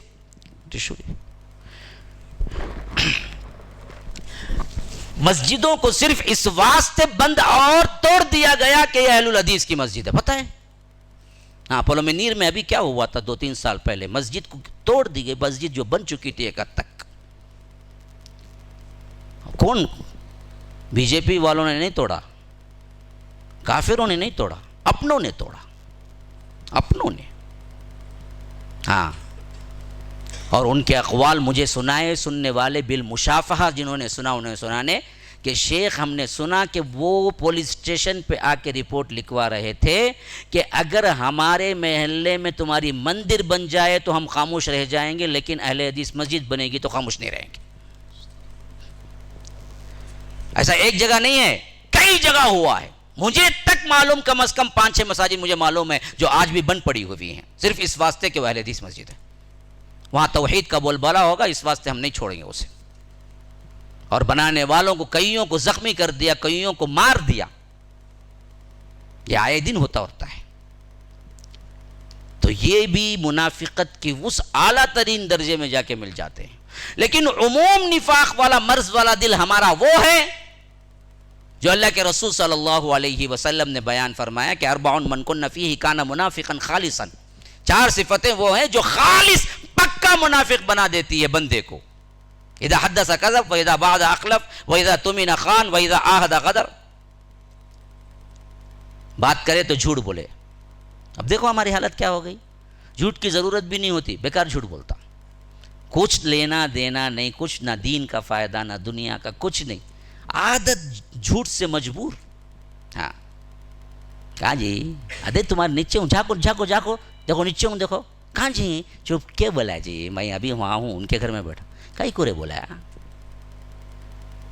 کیوں بولا؟ عادت. جھوٹ ایک مذاق نہیں ہے، ایک جھوٹ ایک کا فن ہو گیا، عادت سے مجبور. اچھا جب 5 منٹ میں آتا جی، اسے بھی معلوم، بولنے والوں کو بھی معلوم، انہیں 5 منٹ میں آتا نہیں، جانے آدھا گھنٹہ ہوں گا، دونوں کو بھی معلوم. لیکن پھر بولتا جی 5 منٹ میں نہیں آئیں گے جی تمہیں. ارے آتا جی پکا 5 منٹ میں آتا جی، بول کو 2 گھنٹے بعد آتا. تم نہ تو معلوم نہ جی 5 منٹ میں کہاں جی ہوتا کام وہ. ارے بیوقوف، تب تجھے معلوم تھا تو بولا کہیں، بولا کیوں؟ ایک ہابی بن چکی ہے، ایک فیشن بن چکا ہے. جھوٹ ہمارے اندر رگ رگ میں بس چکی ہے. اسی واسطے ہمارے قریب ترین جو رہتے ہیں نا، وہ بھی ہماری بات کو نہیں مانتے. ہاں شوہر بیوی میں لڑائی جھگڑا ہی ہوتا ہے اس واسطے. میں بلال جاتا ہوں جی، تمہیں کب جی بولا اسٹیم بلا لگے نکو جی تمہارے بلال جانا، میں چل جاتا ہوں بولتی ہوں. یہ تو اچھا معلوم ہی نہیں، زندگی میں کبھی بولا اسٹیم کرے نہیں کام بول کے. ہاں بچہ بھی جانتا با کیا کرتا بول کے. نہیں بات تمہیں پیسہ دیا لو، میں جاگو لے لے گا تم بولتا ہوں. نہیں با میں بلال جاگو لے گا، نہیں لے گو دیتے با پیسہ بول بول کو 1 سال ڈھکل ڈالے پہ دو با مجھے پیسہ، میں جاگو آیا تو بولتا ہوں. مسئلہ تھا. ہاں دیکھو نا، میں یہ نہیں بولتا کہ طنز کر رہا ہوں، اپنے احوال دیکھو نا، یہ چیزیں ہیں یا نہیں ہے ہمارے گھرانوں میں. بڑی منڈی ہلتی ہے ان کی ماشاءاللہ، بہت تجربے کار ہیں جس طرح. ہاں ہم جھوٹ کو جھوٹ سمجھتے ہی نہیں ہے. کیوں جی بیکار خامخواہ جھوٹ بولنا. ہاں بھائی بہت لالے پڑے ہوئے تھے، جان کے چھٹکارا نہیں مل رہا تھا، ایسے وقت میں مجبوراً ایک جھوٹ بول دیا تو کم از کم اللہ تعالیٰ بھی کوئی ایکسکیوز کر دے، معاف کر دے. لیکن ہم تو کیا کہیے، ہابی بنا لیے جھوٹ بولنے کی. یہ حالت ہماری بھی ہے تو مرض ہم میں بھی ہے. یہ دل بالکل جھوٹ بولتے بولتے سیاہ ہو جاتا ہے. پھر اس کے بعد حدث کذب واذا وعد اخلف، وعدہ کرے خلاف ورزی کرے. دیکھو کرتے وقت ہی معلوم ہوتا ہے نہیں کریں گا بول کے. ہاں قرض لیتا ریٹرن نہیں دینے کی نیت سے، لکھتا کیا ہے 2 مہینے میں واپس کرا دو بولتا، اس کے بعد 100 مہینے میں بھی واپس نہیں کرتا. انہیں پیسہ بھی آ جاتا اسے، اس کے بعد پیسہ بھی رہتا، چاہے تو اسی 1 دن میں وہ قرضہ واپس بھی کر سکتا ہے 100 ہے. لیکن کیا بولتا، اپنے کو معلوم نہ بھائی کیسا چل لے کوئی بزنس سے، کیا کرونا کے بعد کیا حالت آئی. پھر دوسرے دن دیکھے تو ماشاءاللہ 3 اسٹار ہوٹل میں بیٹھ کو کھا لے کو رہتا، اچھا مرغ متنجن سبھی. یہ کھانے پیسہ ہے، قرض پڑنے پیسہ نہیں. ہاں وعدے کو نہ اپنا ہمارے وعدے کو قبول کرتا ہے نہ غیر قبول کرتا ہے. یہ حالت ہو گئی ہماری. مسلمان کا تو نہیں کریں گے انہیں کام برابر. اس واسطے پارٹنرشپ میں نے دیکھا ہے کئی مسلمان غیروں کو بزنس میں پارٹنرشپ بنانے پہ راضی ہیں، اپنوں کو نہیں بنانے پہ راضی ہیں. کیونکہ معلوم یہ انہیں غدار بنے گا. انہیں غیر تو کم از کم کیا ہے، خلاف ورزی نہیں کرتا بھائی، بولے سے بات برابر کرتا. یہ حالت ہو چکی ہے ہمارے بزنس کی. پھر اچھائیاں کہاں سے ابھریں گے جی؟ انسان کے قول پر ہی تو اصل چیز ہے. قول سے مکر جائے تو پھر اگریمنٹ ہے، پھر فلاں فلاں، کچھ بھی نہیں ہوتا جی. سب عدالت میں لمبے قصے، تمہارے پیڑھی باپ دادا بھی چلے گئے تو بھی چلتے رہیں گے وہ مقدمات، جا کے ڈال کے بھی کوئی فائدہ نہیں. اصل تو قول ہوتا ہے نا بھائی. قول کی پاسداری کہاں ہے؟ ہاں بھائی میں یہ کہہ دیا، پس مر جاؤں گا لیکن میں اس سے نہیں ہلوں گا، میرا سب کچھ جائے، جان ہی چلی جائے، لیکن میں وعدہ خلافی تو نہیں کر سکتا. یہ کہاں آئی ہے ہمارے اندر صفت؟ ہاں وہ مشہور ترین واقعہ ہے حضرت عمر ابن خطاب کی خلافت کے زمانے میں، جو کہ کیا ہے ایران کا گورنر تھا اور کئیوں کو قتل کیا تھا. وہ دراصل قیدی بن کے جب حضرت عمر کے پاس آیا اور اسے پھانسی کا بالکل معاملہ طے ہو چکا تھا، یوں سمجھو کہ اتنا اس نے مسلمانوں کا خون بہایا تھا کہ اسی نیت سے حضرت عمر بھی اسے بلائے تھے کہ قتل کا حکم دے دیں. تو ایسے وقت میں اس نے کہا کہ مجھے کیا ہے ایک ضرورت ہے، آپ پورا کریں گے؟ حضرت عمر نے کہا کہ کیا ہے؟ کہا کہ مجھے سخت پیاس لگی ہے، آپ مجھے پانی دے دیں تو اچھا ہے، مرنے سے پہلے ایک اچھا گلاس ایک پانی کا پی کے مرنا چاہتا ہوں. حضرت عمر نے کہا کہ اس کو پانی پلا دو. وہ پانی ہاتھ میں لے لیا اور حضرت عمر کی طرف یوں دیکھنے لگا گویا کہ کچھ بولنا چاہتا ہو. حضرت عمر نے کہا کہ اب کیا ہے، اب تو خواہش جو تھی وہ تو پوری ہو گئی، پانی میں نے دے دیا. کہا کہ مجھے ڈر ہے کہ میں پانی پیتا یا پانی پینے سے پہلے آپ مجھے مار دیں. کہا کہ نہیں، میں تجھے امان دیتا ہوں، جب تک تو پانی نہیں پیتا میں تجھے قتل نہیں کروں گا. جیسے ہی یہ لفظ حضرت عمر کے زبان سے نکلا، اس نے کیا کیا کہ وہ پانی کا گلاس زمین پہ سٹ دیا، اڑھیل دیا اور کہا کہ میں اب پانی نہیں پیتا.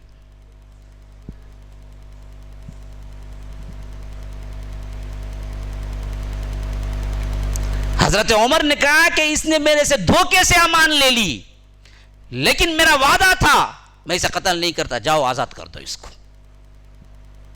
یہ تھی وعدہ خلافی، وعدے کی پاسداری، وعدہ وفائی.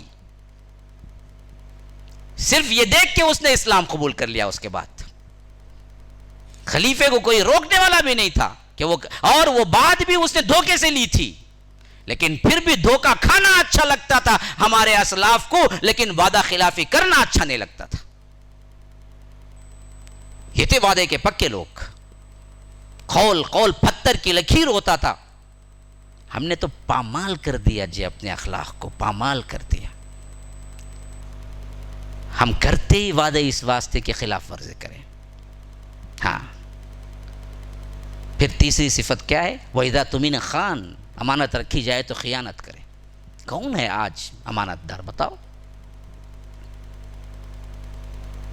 کوئی نہیں ہے، سب خائن نظر آئیں گے.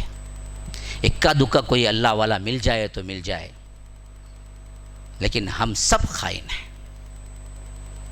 کوئی کسی پہ بھروسہ نہیں کرتا، پتہ نہیں کب کیا مکر جائے.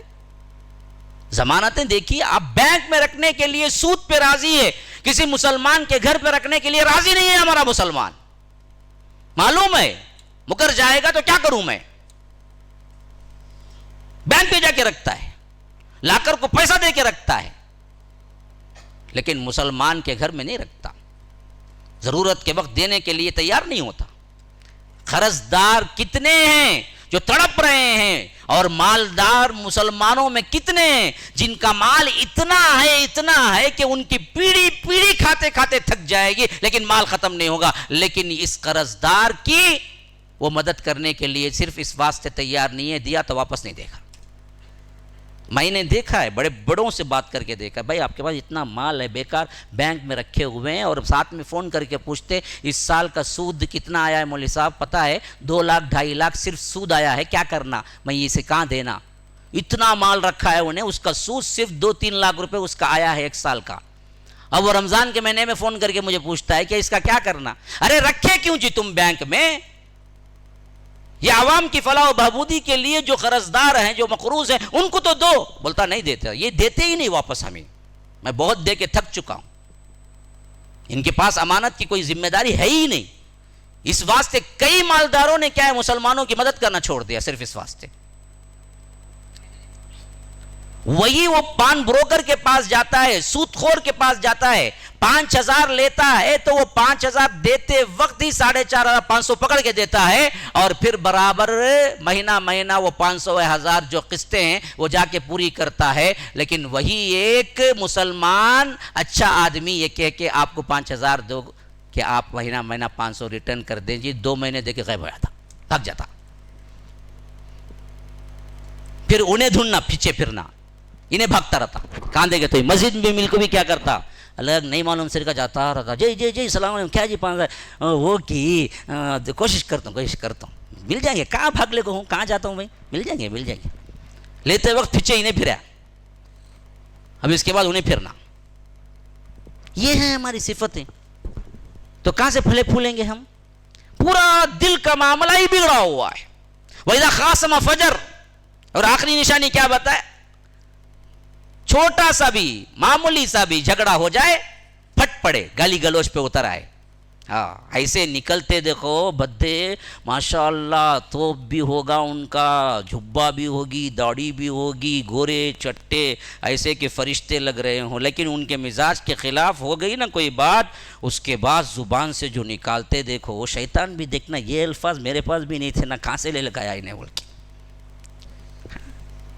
خاصما فجر، ذرا بھی صبر نہیں. اخلاق اس وقت دیکھو جب اس کو غصہ ہے، غصے میں بھی اخلاق کو وہ نبھاتا ہے. یہ اصل انسان غصے میں پھٹ پڑے، جو چاہے بول دے، پھر بعد میں آگے معافی تلافی، معاف کر لو بھائی ذرا غصے میں تھا. یہ کوئی معافی ہے تھوڑی؟ غصہ کنٹرول کرو. گالی گلوچ، اللہ کے رسول صلی اللہ علیہ وسلم نے فرمایا کہ سباب المسلم فسوق وقتالہ کفر. مسلمان کو گالی دینا فسق ہے اور اس کو مار ڈالنا کفر ہے. کفر، ہاں فسق کا مطلب گناہ ہے، اور گناہ میں بھی فسق اس کو بولا جاتا ہے جو بڑا گناہ ہوتا ہے، معمولی بات نہیں ہے. ہم گالی گلوچ جیسے کرتے ہیں گویا کہ کیا ہے، ان کی زبان ہی وہی ہے. بعض لوگ دوستوں میں بھی گانا دیتے، کیا کہتے وہ بہت دوستی ہے کرتے وہ دو جنے کے اندر، انہیں بھی گالی سے بلاتا، انہیں سے گالی سے جواب دیتا. کیا مولوی صاحب ہمیں بچپن کے دوست مولوی صاحب، اچھا وہ رہا تو گالی سے بات کرنا، کیا اصول ہے یہ؟ زبان خراب ہوتی بھائی، اس سے زبان اچھی رکھو. زبان خراب ہوئی تو پھر زبان سے ہی دل کا بھی رشتہ بہت اہم ہے، دل خراب ہوتا ہے. تو یہ ایک قسم کا کیا ہے، مرض ہے. جو مرض والے دل ہیں اللہ نے اس کو پوائنٹ آؤٹ کر کے بتلایا. ہاں اب وہ بھی دل ہیں جو ایمان والے دل ہیں، جو سورہ انفال کے شروع میں فرمایا انما المؤمنون الذين اذا ذكر الله وجلت قلوبهم. وہ دل کیسے ہیں نا جی، جب بھی اللہ کا ذکر کیا جائے ان کے دل لرز جاتے ہیں، ڈر جاتے ہیں. وجلت قلوبهم واذا تليت عليهم آیاته. جب اللہ کی آیتیں، اللہ کے قرآن کی آیتیں ان پر پڑھی جاتی ہیں تو ان کا حال کیا ہوتا ہے؟ زادتهم ایمانا، ان کا ایمان بڑھ جاتا ہے. اور حال ان کا اپنی زندگی کا کیا ہوتا ہے؟ وعلى ربهم يتوکلون. اللہ تبارک و تعالی نے جو زندگی بھی انہیں دیے، اس کے ہر معاملے میں مصیبت ہو، خوشی ہو، فلاں ہو، ہر معاملے میں اللہ ہی پر توکل کرتے ہیں. کسی اور جھاڑ جھنکار پھوک پہ اور کسی کیا ہے درگاہ تعویذ گنڈے بنڈے پہ یقین نہیں کرتے. وعلی ربہم یتوکلون، یہ صفت والے بھی ہیں. اب ذرا سوچو ان میں کوئی ہیں ہم میں آنے والے، وہ بھی سوچو. 2 صفات اس میں سب سے اہم ترین فرمایا اذا ذکر اللہ وجلت قلوبہم.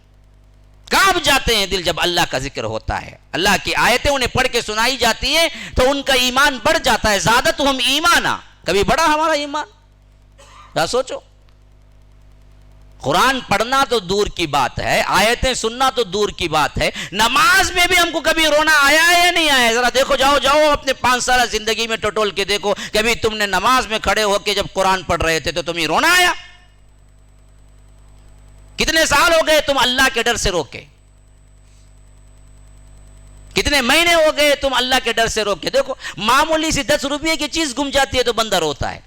معمولی سے بچے کو بخار آ جاتا ہے، 4 ڈاکٹر کے پاس پھرتا ہے، کوئی اس کے لیے صحیح دوا سیٹ نہیں ہو تو بندہ روتا ہے بیٹھ کے. معمولی سے بیوی کو کوئی آپریشن ہو گیا تو بیٹھ کے بندہ روتا ہے کہ میرے گھر کے حالات ایسے ہو گئے. معمولی سی تنگی آ گئی تو بیٹھ کے دھائے بچوں کی طرح روتا ہے کہ بڑی تنگی میں گزارتا ہوں. لیکن بدبخت کبھی اللہ کے ڈر سے روتا نہیں. کبھی قرآن پڑھ کے اس کا ایمان تازہ نہیں ہوتا کہ وہ کیا ہے، اس کے آنکھوں سے آنسو رواں ہو جائے. کبھی نہیں ہوا. کب ہوا ہے؟ ہم کو تو پہلے سمجھ ہی نہیں آتا ہے کہ ہے کیا. ہاں امام صاحب دوسری رکعت میں سجدہ ہے بول کے نہیں بولے, انہیں اوپر جھاگلے کو رہتا, انہوں کہاں چلے گئے, انہوں بیٹھے بیٹھے کوٹ کو کندھا بھی چلے گئے ادھر ادھر, کہاں انہوں سیدھا سجدے میں چلے گئے نا رکوع میں جانا سب پتہ ہی نہیں ہے اس کو. حالانکہ کل قرآن میں بے اختلاف روایت 15 ہی سجدے ہیں. ہاں احناف کے پاس 14, شوافی کے پاس ایک زائد 15, کل ملا لیے حدیث کے اعتبار سے 15 آیتیں بھی قرآن کے یاد کر لینا. کب بھی امام پڑھے آپ کو معلوم ہوگا کہ یہ سجدے تلاوت کی آیت ہے, یہاں سجدہ کرنا ہے. لیکن وہ 15 آیتیں یاد کرنے کے لیے کبھی تیار نہیں ہوتا. اور ان 15 میں بھی جہاں تک میرا خیال ہے زیادہ تر آیتوں میں سجدے کا لفظ آیا ہے. بس یہ سجدے کے لفظ سے ہی انسان پہچان سکتا ہے کہ یہاں سجدے تلاوت ہے. لیکن ہم نے کبھی کیا نہیں کیا, ہر کئی جگہ ایسا ہوتا ہے, ہر سال یہ جھگڑا, مولوی صاحب کائی کو بول کے نہیں میں شروع کرے نماز, دوسری رکعت میں سجدہ ہے بولنا کہتے ہیں لاں کو, جب بھی جنہیں تیار ہوں گا دوسری رکعت میں ہے بول کو. باپ بیچارہ روزہ رکھ لے کو, قرآن پڑھ کو, یاد کر کو, پریشان, گنجی میں برابر بڑے ملے نہیں, بڑے میں گنجی ملی نہیں, فلاں مسائل میں پریشان ہو کے انہوں چاہ کو تراوی میں کھڑتے, کیسا یاد کرا سو کہاں تبھی غلطی آ جاتی کی, کیسا ہوتا ہے کہ بول کے ڈر کو کیا حافظ صاحب, اب ان کا حال تو نہیں بھائی, انہوں اچھے حافظ ہے, دیکھیں گے انشاءاللہ, میں تو دیکھا نہیں اب تک, لیکن امید ہے قوی کے اچھے حافظ ہوں گے. ہے حال بعض لوگوں کا ایسے ہی, وہ تو ڈر سہما کیسے جو ہے وہ قرآن سناؤ کہ کیسے میں ختم کروں, وہ اس میں ہوتا ہے. اب اس میں ہم ضرور بھول جاتا ہے کہ دوسری رکعت میں یا پہلی رکعت میں سجدہ بولنا بھول جاتا ہے. اب جیسے ہی نماز ختم ہوتی ہے آدھے لوگ رکوع میں, آدھے لوگ سجدے میں, آدھے بچے کی چیز تو جھانک کو دیکھتے, کہاں انہوں مر گئے ہارٹ اٹیک کو, سیدھا دکھتا دینا بندہ نماز پڑھاتے ہوئے, یہ حالت ہو جاتی. پھر بعد میں جھگڑا والا, کیوں جی بولے نہیں تمہیں, بول کو کھڑنا نہیں تمہیں, ہم نہ معلوم ہونا نہیں, کائی کو بول کھڑنا بھائی, اتنا بھی نہیں کر سکتے, اتنا شعور نہیں ہے کہ سجدے کی آیات کون سی ہے. ہم کو لگاؤ ہی نہیں, ہم پڑھتے ہی نہیں ہیں پہلے, ہم کو کیا پتا قرآن میں کہاں رونا ہے. افلا یتدبرون القرآن, قرآن پر غور و فکر نہیں کرتے تم. ام علی قلوب اقفالها, سورہ محمد میں اللہ تبارک و تمہارے دلوں پہ قفل لگ گئے ہیں کہ تم پڑھتے نہیں, سمجھتے نہیں.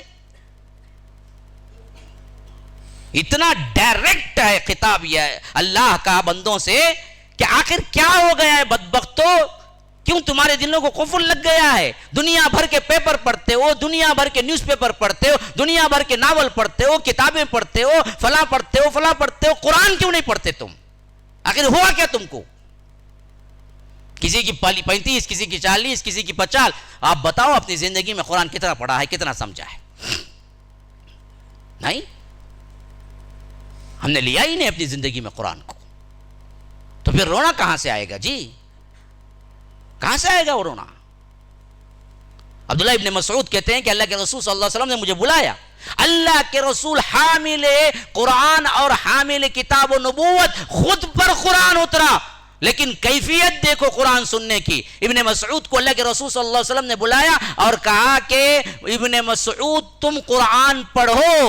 وہ رو پڑے, کہا اللہ کے رسول میں آپ پر پڑھوں جبکہ خود آپ پر قرآن اترا ہے. کہا کہ اللہ کے رسول صلی اللہ علیہ وسلم مجھے دوسروں سے سننا اچھا لگتا ہے, تم پڑھو.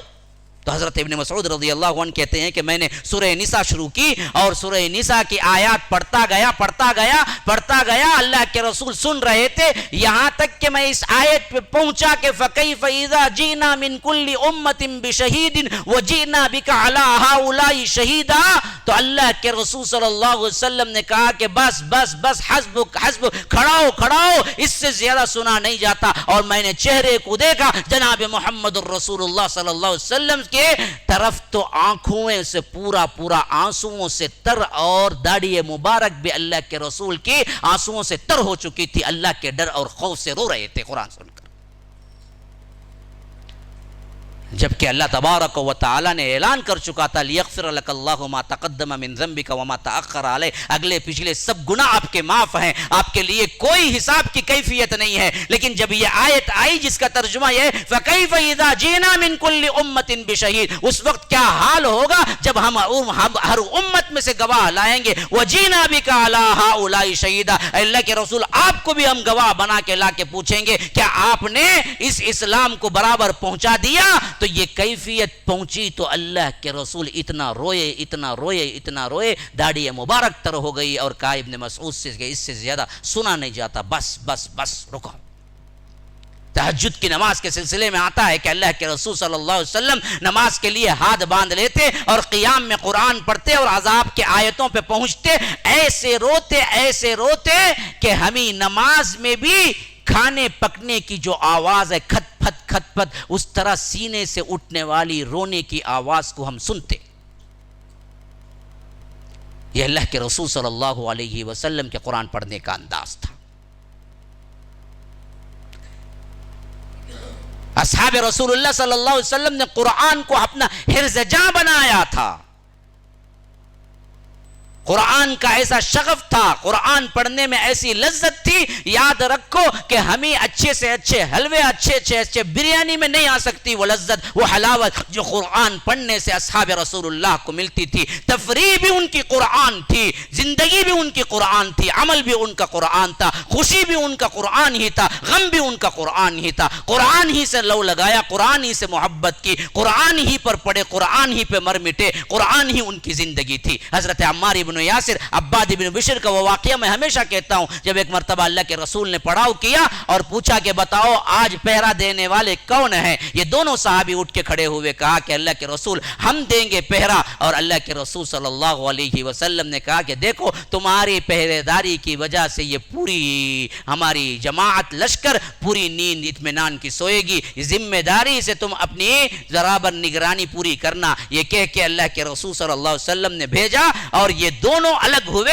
تو عمار ابن یاسر اور عباد ابن بشر نے دونوں نے باتیں کی کہ ہم پورا وقت ایسے ہی رات جاگتے ہوئے گزارنے سے بہتر ہے کہ آدھی رات تقسیم کر لیں، آدھی رات تم جاگو اور دیکھو نگرانی کرو، آدھی رات میں جاگتا ہوں اور پہلے آدھی رات کون؟ تو حضرت عباد ابن بشر نے کہا کہ میں۔ پھر اس کے بعد حضرت عباد ابن بشر کہتے ہیں کہ عمار ابن یاسر سونے کے لیے چلے گئے، میں اکیلا تھا، بہترین سما تھا اور ادھر ادھر پہاڑیاں اور ٹھنڈی ہوائیں اور آسمان اور اس کے کھلے ہوئے تارے اور اسی طرح کیا ہے چاند اور بڑا خوبصورت منظر۔ اس منظر میں ہم کو پاپ میوزک سوچے گا، اس منظر میں ہم کو گانا سوچے گا، اس منظر میں ہم کیا ہے فحاشی اور یعنی کی باتیں سوچیں گے۔ یاد رکھو یہ اصحاب رسول اللہ کی تفریح بھی قرآن تھا۔ عباد ابن بشر کہتے ہیں کہ ایسا اچھا ماحول تھا کہ دل چاہا کہ میں تہجد کے لیے کھڑوں اور اس میں قرآن پڑھوں، اور میں نے قرآن شروع کر دیا، یہاں تک کہ کیا ہے دل چاہا کہ سورہ کہف پڑھوں۔ الحمدللہ الذي انزل على عبده الكتاب ولم يجعل له عوجا قيما لينذر بأسا شديدا من لدنه ويبشر المؤمنين الذين يعملون الصالحات ان لهم اجرا حسنا ماكثين فيه۔ اب یہ تقریباً ایک آدھے جز کی سورت شروع کر دی اور ادھر سے کوئی دشمن آیا گزرتا اور دیکھ لیا کہ یہاں پر کوئی کھڑا ہوا ہے تو وہ دشمن سمجھا کہ یہ بھی کوئی میرا دشمن ہی ہوگا، اور دیکھتا ہے کہ ایک سایہ سا کھڑا ہوا ہے لیکن اس میں کوئی حرکت نہیں ہے تو اس کے اندر دل میں آواز آتی ہے کہیں یہ کوئی اسٹیچو تو نہیں ہے، کوئی پتھر تو نہیں ہے، یہ میرا دشمن تو نہیں ہے، کہیں مسلمان تو نہیں ہے۔ پھر کمان سے تیر نکالتا ہے، تیر چلاتا ہے، تیر بازو میں لگتی ہے اور اس کے ساتھ خون کا فوارہ نکلتا ہے۔ لیکن یہاں عباد ابن بشر کی حالت یہ ہے کہ نماز سے توڑنا اور نماز سے روگردانی کرنا انہیں اچھا نہیں لگتا، تیر آہستہ سے نکالتے ہیں اور اپنے خون پہ ہاتھ رکھ کے پڑے جاتے ہیں، دوسرا تیسرا 3 تیر لگاتار لگتے ہیں جس کی وجہ سے خون اتنا بہتا ہے کہ کمزوری محسوس کرتے ہیں اور اس وقت بھی اپنی نماز کو توڑتے نہیں بلکہ جلدی کر کے ختم کرتے ہیں، اور عمار ابن یاسر کو اٹھا کے کہتے ہیں کہ کوئی ہے جو مجھ پہ حملہ کر دیا ہے۔ حضرت عمار دیکھتے ہیں کہ 3 تیر لگے ہوئے ہیں، کہتے ہیں کہ ایک تیر لگا تبھی آ کے کیوں نہ اٹھا دیا؟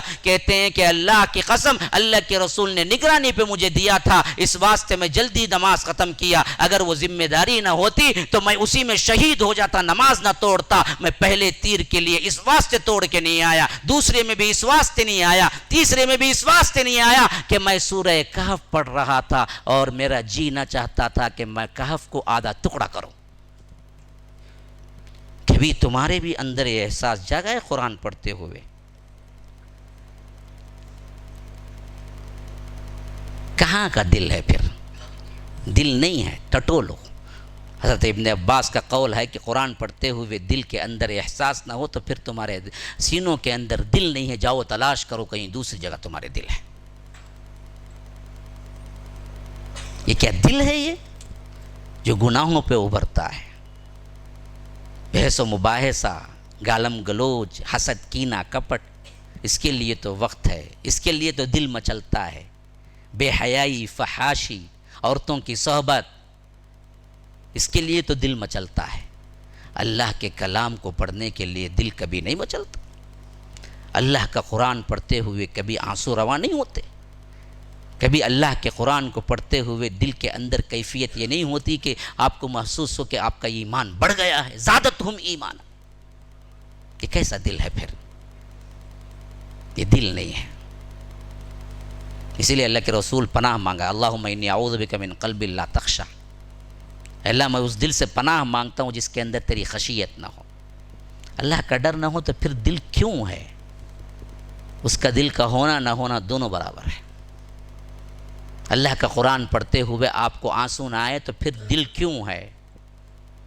وہ دل کا نہ ہونا ضروری ہے. یہ دل بناؤ، اہل ایمان کا دل ہے یہ. اللہ ان دلوں سے خطاب کرتا ہے. وہ دل نہ ہرگز بنو جس کے بارے میں اللہ نے فرمایا کہ وَلَقَدْ ذَرَعْنَا لِجَهَنَّمَ كَثِيرًا مِّنَ الْجِنِّ وَالْإِنسِ لَهُمْ قُلُوبٌ لَّا يَفْقَهُونَ بِهَا وَلَهُمْ أَعْيُنٌ لَّا يُبْصِرُونَ بِهَا وَلَهُمْ آذَانٌ لَّا يَسْمَعُونَ بِهَا أُولَٰئِكَ كَالْأَنْعَامِ بَلْ هُمْ أَضَلُّ أُولَٰئِكَ هُمُ الْغَافِلُونَ. کہیں یہ دل تو نہیں ہے ہمارے اندر؟ آیت تھرا دینے والی ہے، یاد رکھیے. وَلَقَدْ ذَرَعْنَا لِجَهَنَّمَ كَثِيرًا مِّنَ الْجِنِّ وَالْإِنسِ. ہم نے بہت سے جنوں اور انسانوں کو صرف جہنم ہی کے لیے پیدا کیا. یا رب اللہ محفوظ رکھے. اللہ کہتا ہے ہم نے بہت سے انسانوں اور جنوں کو صرف جہنم کے لیے پیدا کیا. ذرعنا لجہنم کثیرا من الجن والانس. ان کا حال کیا ہے دنیا میں دیکھنا ہے ویسے جہنمی افراد کا. اللہ کہتا ہے لہم قلوب لا یفقہون بہا. ان کے دل ہیں لیکن سمجھتے نہیں ہیں. ہاں دنیا کی ہر مکاری سمجھتے ہیں، دنیا کا ہر بزنس سمجھتے ہیں، دنیا کی ہر مووی سمجھتے ہیں، دنیا کا ہر ایڈ سمجھتے ہیں، دنیا کے ہر معاملات سمجھتے ہیں، لیکن بدبخت قرآن نہیں سمجھتے. اسی لیے اللہ کہتا ہے ان کے دل ہیں لیکن وہ سمجھتے نہیں ہیں. کیا نہیں سمجھتے؟ قرآن اور حدیث نہیں سمجھتے، شریعت نہیں سمجھتے، لیکن سمجھتے ہر کوئی اور چیز سب سمجھتے ہیں. لہم قلوب لا یفقہون بہا ولہم اعین لا یبصرون بہا. آنکھیں دیکھتے نہیں ہیں، دنیا کی ہر مکاری دیکھتے ہیں، دنیا کی ہر فحاشی دیکھتے ہیں، دنیا کی ہر چیز دیکھتے ہیں، لیکن دیکھتے نہیں ہیں تو قرآن اور حدیث کو دیکھتے نہیں ہیں، پڑھتے نہیں ہیں تو قرآن اور حدیث کو پڑھتے. اللہ کہتا ہے یہ ایسے ہیں جن کے آنکھیں تو ہیں لیکن یہ دیکھتے نہیں ہیں. وَلَهُمْ آذَانٌ لَا يَسْمَعُونَ بِهَا. ان کے کان ہیں مگر سنتے نہیں ہیں. گانے سنتے ہیں، میوزک سنتے ہیں، حرام کاری سنتے ہیں، غیبتیں سنتے ہیں، چغلی سنتے ہیں، لیکن سنتے نہیں ہیں تو قرآن نہیں سنتے ہیں، حدیث نہیں سنتے ہیں. اللہ کہتا ہے یہ وہ ہیں جن کو ہم نے جہنم ہی کے لیے پیدا کیا ہے. اولئک کالانعام بل ہم اضل. یہ چوپائے ہیں، یہ جانور ہیں. نا نا نا نا، جانور سے بھی زیادہ بدتر ہیں. ایسے ہی جانور ہیں ہم بھی، جو چلتے پلتے جانور ہیں، کھاتے ہیں حیوانوں کی طرح، رہتے ہیں حیوانوں کی طرح، مر جاتے ہیں حیوانوں کی طرح.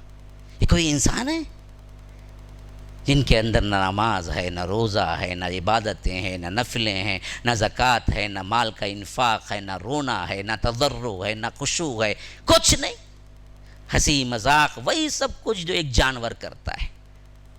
شادی بچے ہی تھے تو کیا ہے، جانوروں میں کتے سب سے زیادہ بچے دیتے ہیں. کھانا ہی ہے تو ہاتھی سب سے زیادہ کھاتا ہے. ہم کہاں ان کا مقابلہ کریں گے؟ ہماری صفت تو اصل انسان ہے. انسان اس کے اندر کا جو دل ہے وہ دل ہے.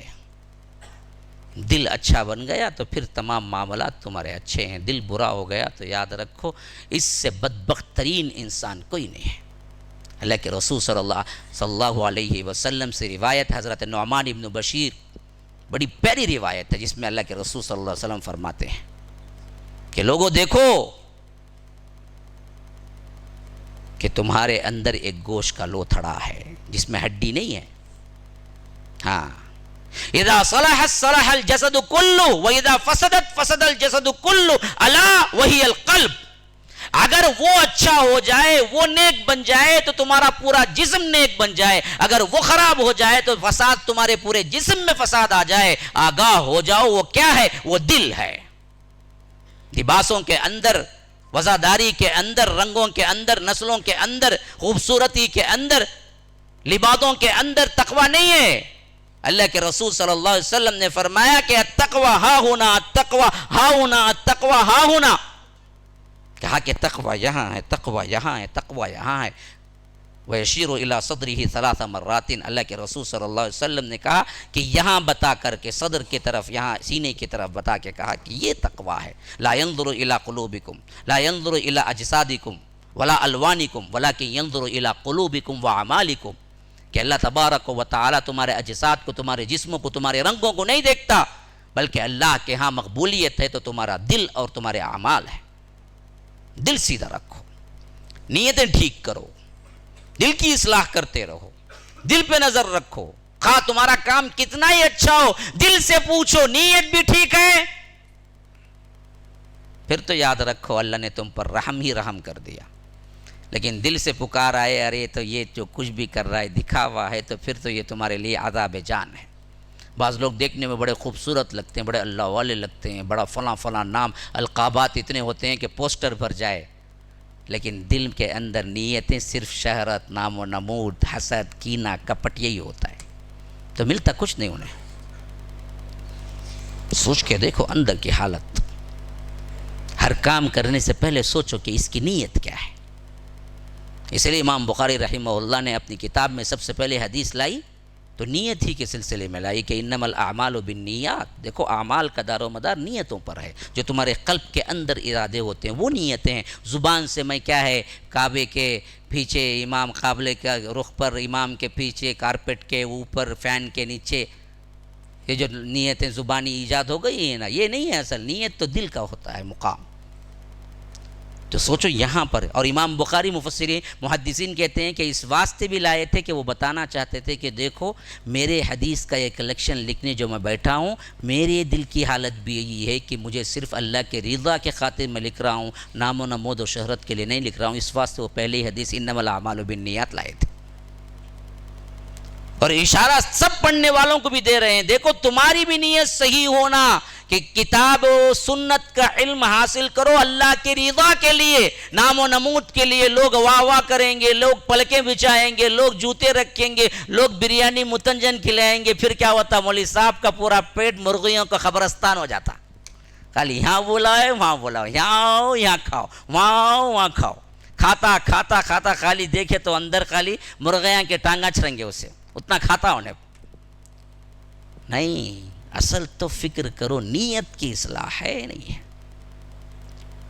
تو قلب کے اور بھی بہت سے اقسام ہیں، لیکن یہی میرے لیے بہت بڑی سعادت ہے کہ میں شیخ کے سامنے کچھ کہہ دیا، یہ میرے لیے سند بن گئی، تو میں اس سے زیادہ کچھ کہنا نہیں چاہتا۔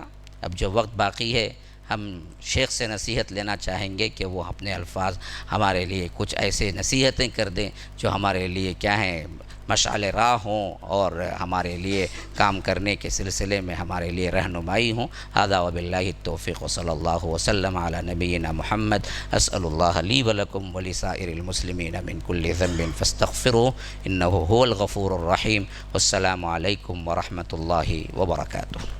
الحمدللہ والصلاة والسلام علی رسول اللہ وعلی آلہ وصحبہ ومن والاه بعد۔ ہم تو مستفید بننے کے لیے آئے تھے شیخ سے، جس سے ملاقات سے پہلے بھی محبت اللہ کے لیے ہو گئی، کیونکہ توحید کی آواز، شرک کو مٹانے کی دعوت، غیرت مندی اللہ کی وحدانیت کے لیے جس کے دل میں ہوتی ہے، اس کے لیے ہماری محبت لازمی ہو جاتی ہے، کیونکہ نبی صلی اللہ علیہ وسلم فرمائے اوثق عر الایمان الحب فی اللہ والبغض فی اللہ، سب سے مضبوط رشتے ایمان کے اللہ کے لیے محبت کرنا اور اللہ کے لیے نفرت کرنا۔ اور شیخ محترم سے بالمشافہہ ملاقات نہیں تھی، نہ کچھ تھا، صرف ان کے توحید کی غیرت کی آواز سن کر محبت آ گئی، اور اللہ اکبر، اللہ ہماری محبت خالص آپ لوگ کی بھی ہماری بھی اسی ذات میں رکھے جس کے لیے سایہ بھی ملتا ہے، اور اللہ تعالیٰ ویسوں کے لیے قیامت کے روز نبی صلی اللہ علیہ وسلم فرمائے کہ قیامت کے روز کچھ ایسے ممبریں نور کے عطا کریں گے اللہ تعالیٰ جو یہ انبیاء اور شہداء کے لیے نہیں، انبیاء اور شہداء بھی پسند کرتے ہیں کہ ہم کو بھی یہ ممبر مل جائے۔ لیست لانبیاء ولا شہداء یغبطہم الانبیاء والشہداء قلنا لمن یا رسول اللہ۔ تو ہم نے پوچھا اللہ کے نبی یہ ممبر کس کو دی جائے گا نور کا، جو پیغمبر شہیداں خواہش کرتے ہیں کہ ہم کو بھی ایسے ممبر مل جائے۔ یہ اللہ کے لیے جو ایک دوسرے کے لیے محبت کا رشتہ جڑاتے ہیں اللہ کی ذات کے لیے، اور وہ محبت قائم رکھتے ہیں، نبھاتے ہیں، اس کے حقوق ہوتے ہیں۔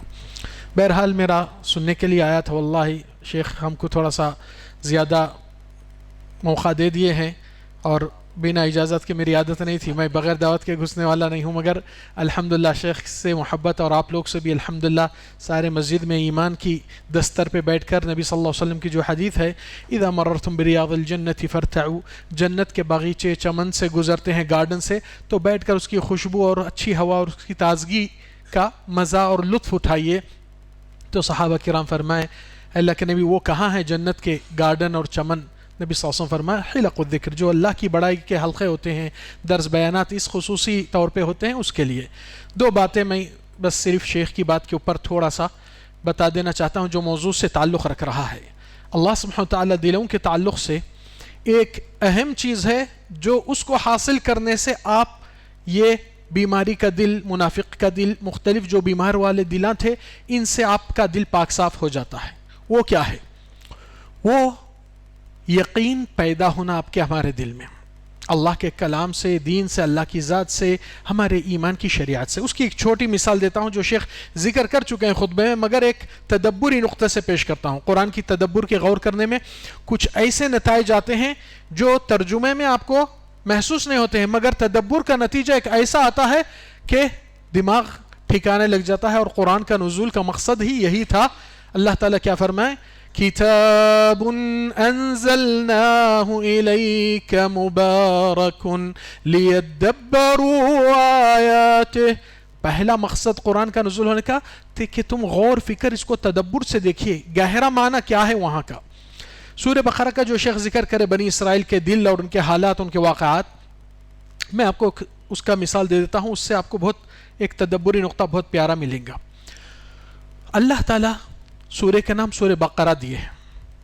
کیا مطلب؟ مطلب کہ آپ کسی لائبریری کو جائیں گے، کتب خانے میں، تو آپ کو اتنی فرصت نہیں سارے کتابوں کھول کر پڑھنے کی۔ آپ کو جو آپ کا سبجیکٹ، آپ کا پروفیشنل، آپ کے مطلب کی کتاب ہے، اس کے عنوان سے آپ پہچان لیتے ہیں، اور وہ عنوان کے حساب سے 2-4 صفحے دیکھ کر اس کو خرید لیتے ہیں یا اعارہ کے طور پر ہائر کر لیتے ہیں۔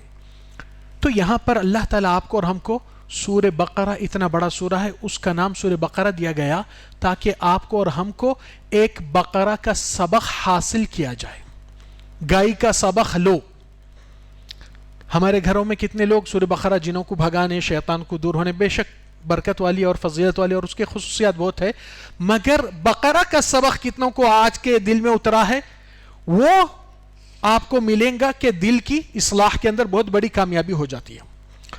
سورہ بقرہ کے اندر گائے کا قصہ کیا ہے؟ بنی اسرائیل کے ایک مالدار شخص جس کا شیخ ابھی ذکر کرے تھے، اس کا قتل ہوا، قاتل مجہول، کسی کو معلوم نہیں۔ تو بنی اسرائیل کے لوگ یہی کہہ دیے کہ چلو بھائی، ہمارے پاس ایک کلیم اللہ نبی ہے، ان سے معلوم کر لیں گے کہ اس کا قاتل کون ہے۔ تو وہاں پر موسیٰ سے آ کر یہی کہے کہ بتائیے یہ قاتل اس کا کون ہے؟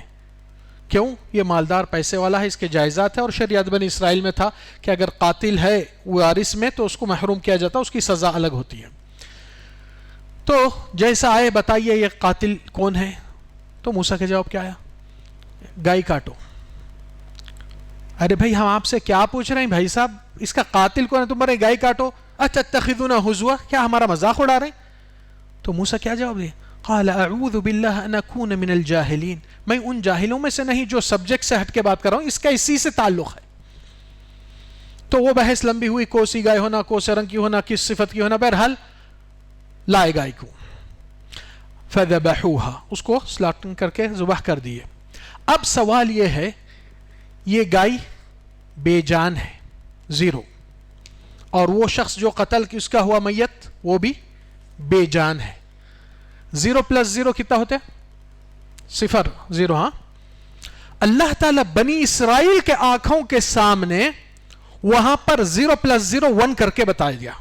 فَقُلْنَا ضْرِبُوهُ بِبَعْضِهَا، یہ مردہ جانور کا ٹکڑا لو، اس کو مارو۔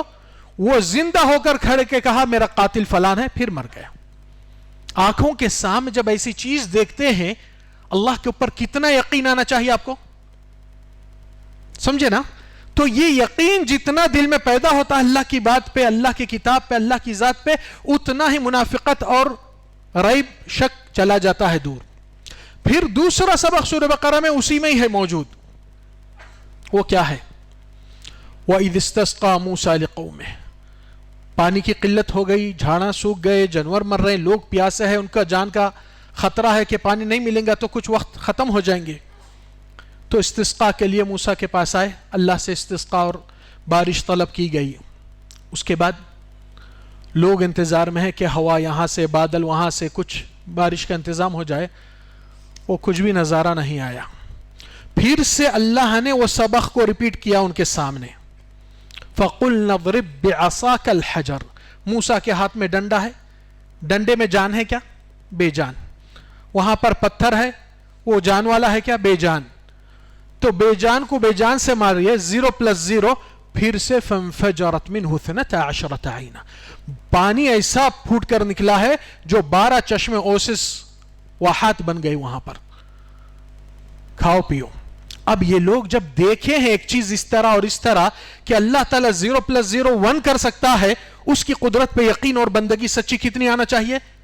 آنکھوں کے سے دیکھیں، اپنے خود کے عین الیقین سے۔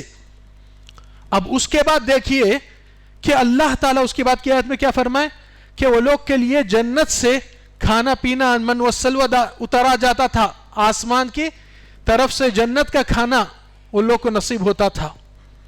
وہ لوگ کیا کہنے لگے؟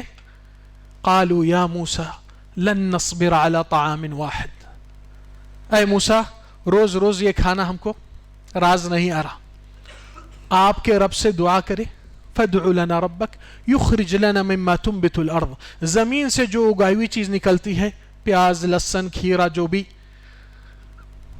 معاملہ کیا تھا؟ یہاں پر تدبر کا نقطہ بہت پیارا آ رہا ہے۔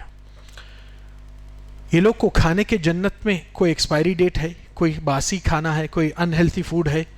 جنت کا کھانا معیاری کھانا ہوتا ہے، صحت اور جسم اور ہر چیز کے لیے۔ جب جنت میں اللہ تعالیٰ انعام کا رکھا، آپ کو دنیا میں دے رہا ہے، تو آپ اس سے بیزارگی کیوں محسوس کر رہے ہیں؟ کیا کمی ہے اس میں؟ نمک زیادہ، شکر کم، مرچی زیادہ، کچھ ایسا ہوتا ہے کیا؟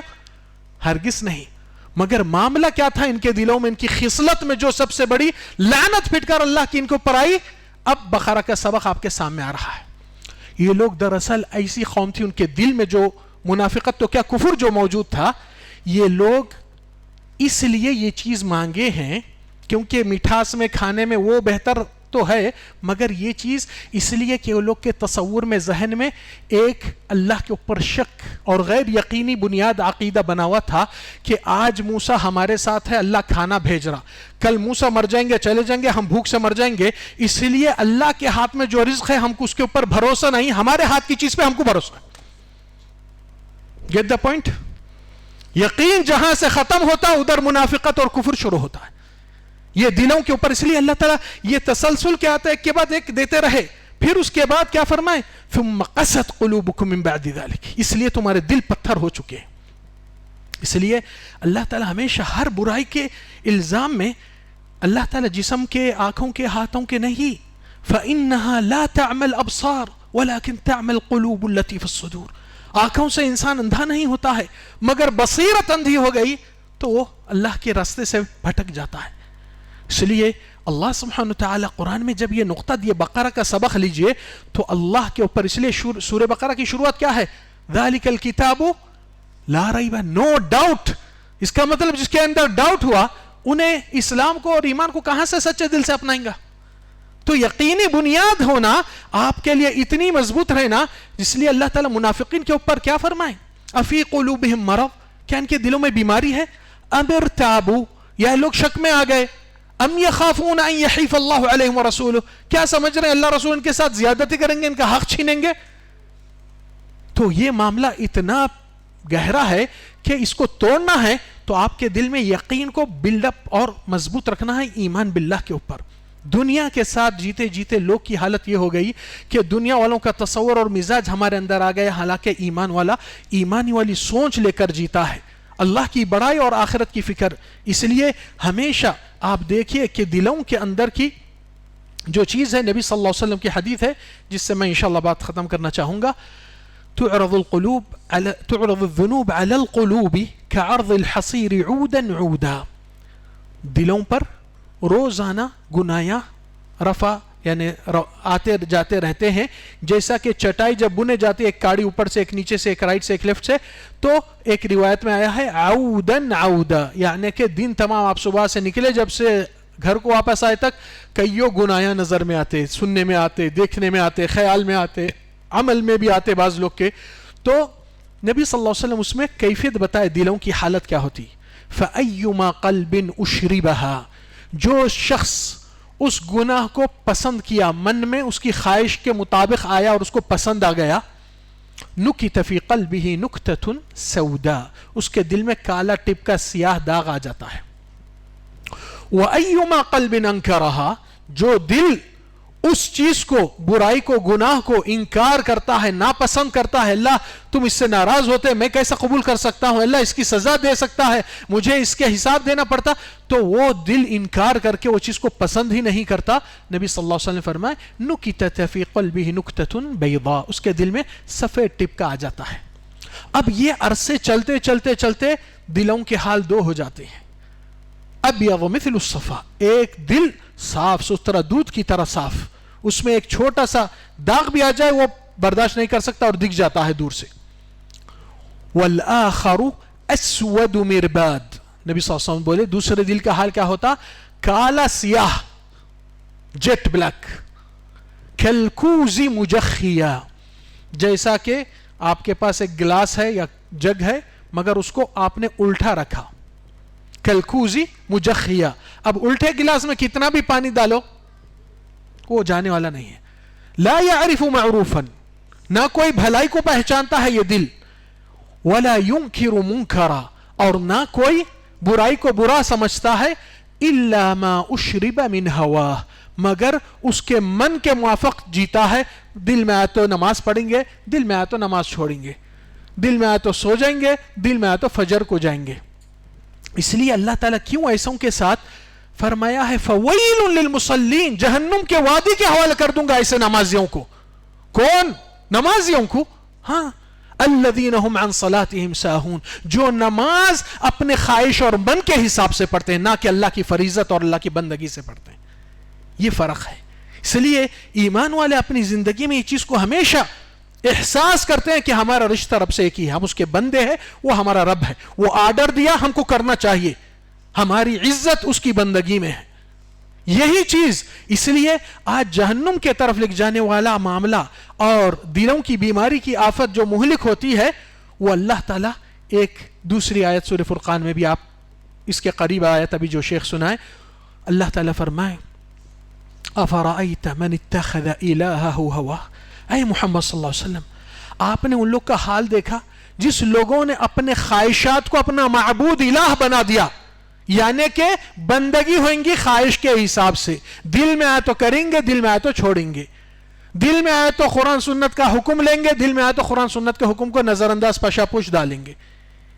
تو اللہ تعالیٰ کیا فرمائے، یہ شرک جو کفر انسان کرتا ہے، غیر اللہ کے سامنے سجدہ، نظر و نیاز، مدد پکارنا مختلف، یہ ایک قسم کا معبود ہو جاتا ہے جو اللہ تعالیٰ اس کی مذمت کر کے فرمائے افانت تکون علیہ وکیلا، کیا ایسوں کی وکالت قیامت کے دن آپ اس کو بچا سکیں گے؟ ام تحسب ان اکثرهم يسمعون ويعقلون، کیا سمجھتے ہیں ایسے لوگ سنتے، عقل مندی سے، سمجھداری سے ایمان کو اپناتے ہیں؟ اللہ کی نظر میں ان کی ویلیو کیا ہے؟ دیکھیے اولئک کالانعام بل هم اضل سبیلا، یہ لوگ چوپایوں کی طرح ہے اللہ کی نظر میں، اور چوپایوں سے بھی گئے گزرے. آپ چلتے پھرتے دیکھیے گائے، بھینس، کتا، بلی، اس کی کوئی اوقات نہیں کہ اس کے اوپر ابغاؤ توجہ سے ایک نگاہ پڑی ڈالے. کیوں؟ اس کی ویلیو احقر ادنا ہے. اس لیے آپ یہی چیز کو دیکھیے کہ وہی آپ اللہ کی نظر میں اس طرح بن جائیں گے تو کیا ہے آپ کے لیے؟ اللہ تعالیٰ کی نظر میں چوپایوں سے بھی گئے گزرے، تو پھر اپنے خواہشات کو مارنا، اللہ کی بندگی میں اپنے خواہشات کو اتارنا. اور مومن کے لیے انعام کیا ہے؟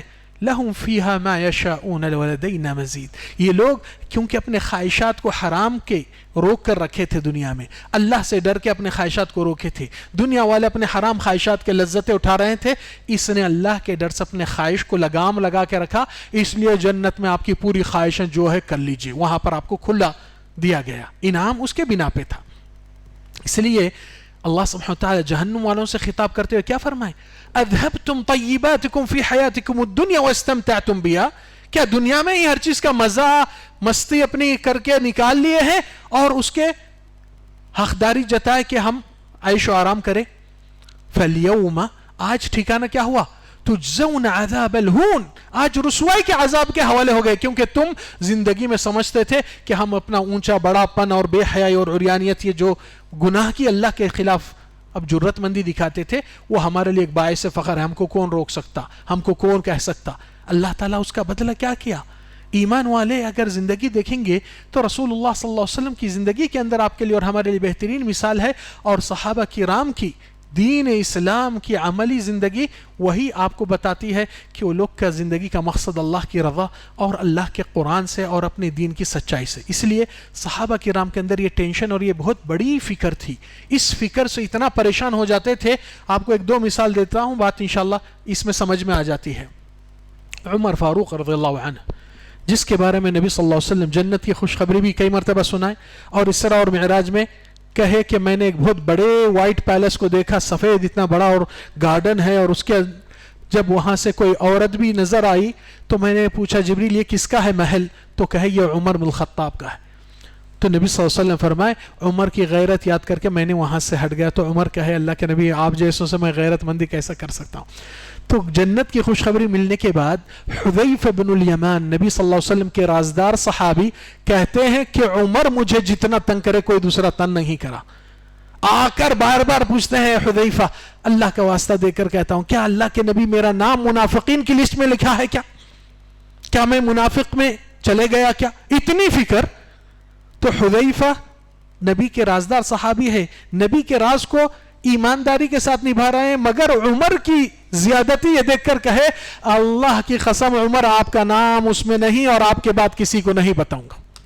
کیا حنظلہ بن ابی عامر رضی اللہ عنہ صحابی ہے, اپنے گھر کی دہلیز کے باہر بیٹھ کر بہت غم زدہ فکر میں نظر آتے ہیں. ابوبکر صدیق گزرتے پوچھتے ہیں کیا ہوا حنظلہ, قال نافق حنظلہ, حنظلہ منافق ہو چکا ہے, اس کا ٹینشن دماغ پہ ہے, اس لیے میں پریشان بیٹھا ہوں.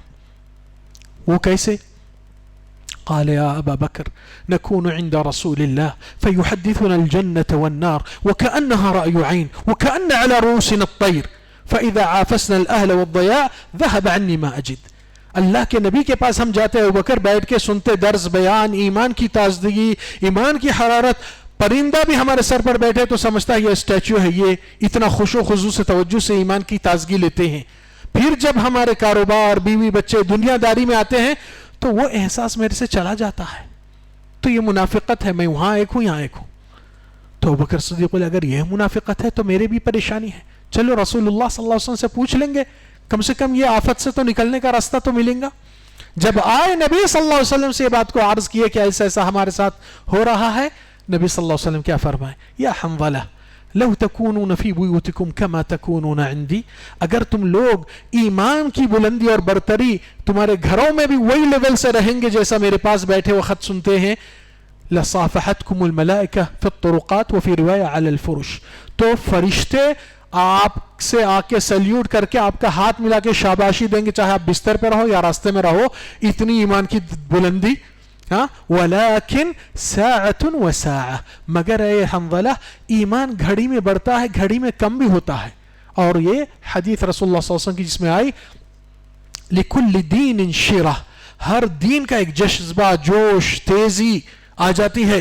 ایک دن ایک رات میں سوارا گھر کو چینج کر دوں گا, وہ حرام یہ حلال یہ فلان, اتنا پرہیزگار, کل تو جمعہ اسلام لائے بول کے گھر والے چڑھتے اس بولتے آج ہم کو سکھا رہا. تو ایکسٹریم لیول پہ جانا, ایک جوش اور اس طریقے سے جب آتی ہے, نبی صلی اللہ علیہ وسلم فرمائے لکل دین شرہ, ہر ایک کے جذبات دینی ایمانی ترقی میں ایک جوش آ جاتا ہے. وَلِكُلِّ شِرَةٍ فَتْرَةٍ، اور ہر جوش کو ایک ٹھنڈک فتور آتا ہے، کمزوری آتی ہے. فَمَنْ كَانَتْ فَتْرَتُهُ إِلَى سُنَّتِي، جو کوئی کمزوری حالت میں میری سنت کی پابندی کر لیا ہے، فقد نجا، سلامت ہو اور کامیاب رہا.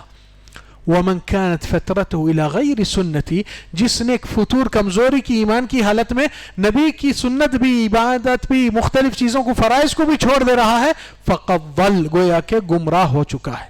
دوسری بات اس میں یہی ہے کہ دلوں کی ہدایت کو اور مضبوطی کو اور منافقت سے، بیماری سے بچنے کے لیے اللہ پر یقین، اور یہ یقین قرآن سے اور ہدایت سے اور قرآن کے تدبر سے خاص طور سے، اور یہی نبی صلی اللہ علیہ وسلم کے صحابہ کرام کی سیرت اور پیغمبروں کے ساتھ جو اللہ تعالیٰ نے واقعات بیان کیا، اس یقین کو ہمارے اندر پیدا کرنا ضروری ہے.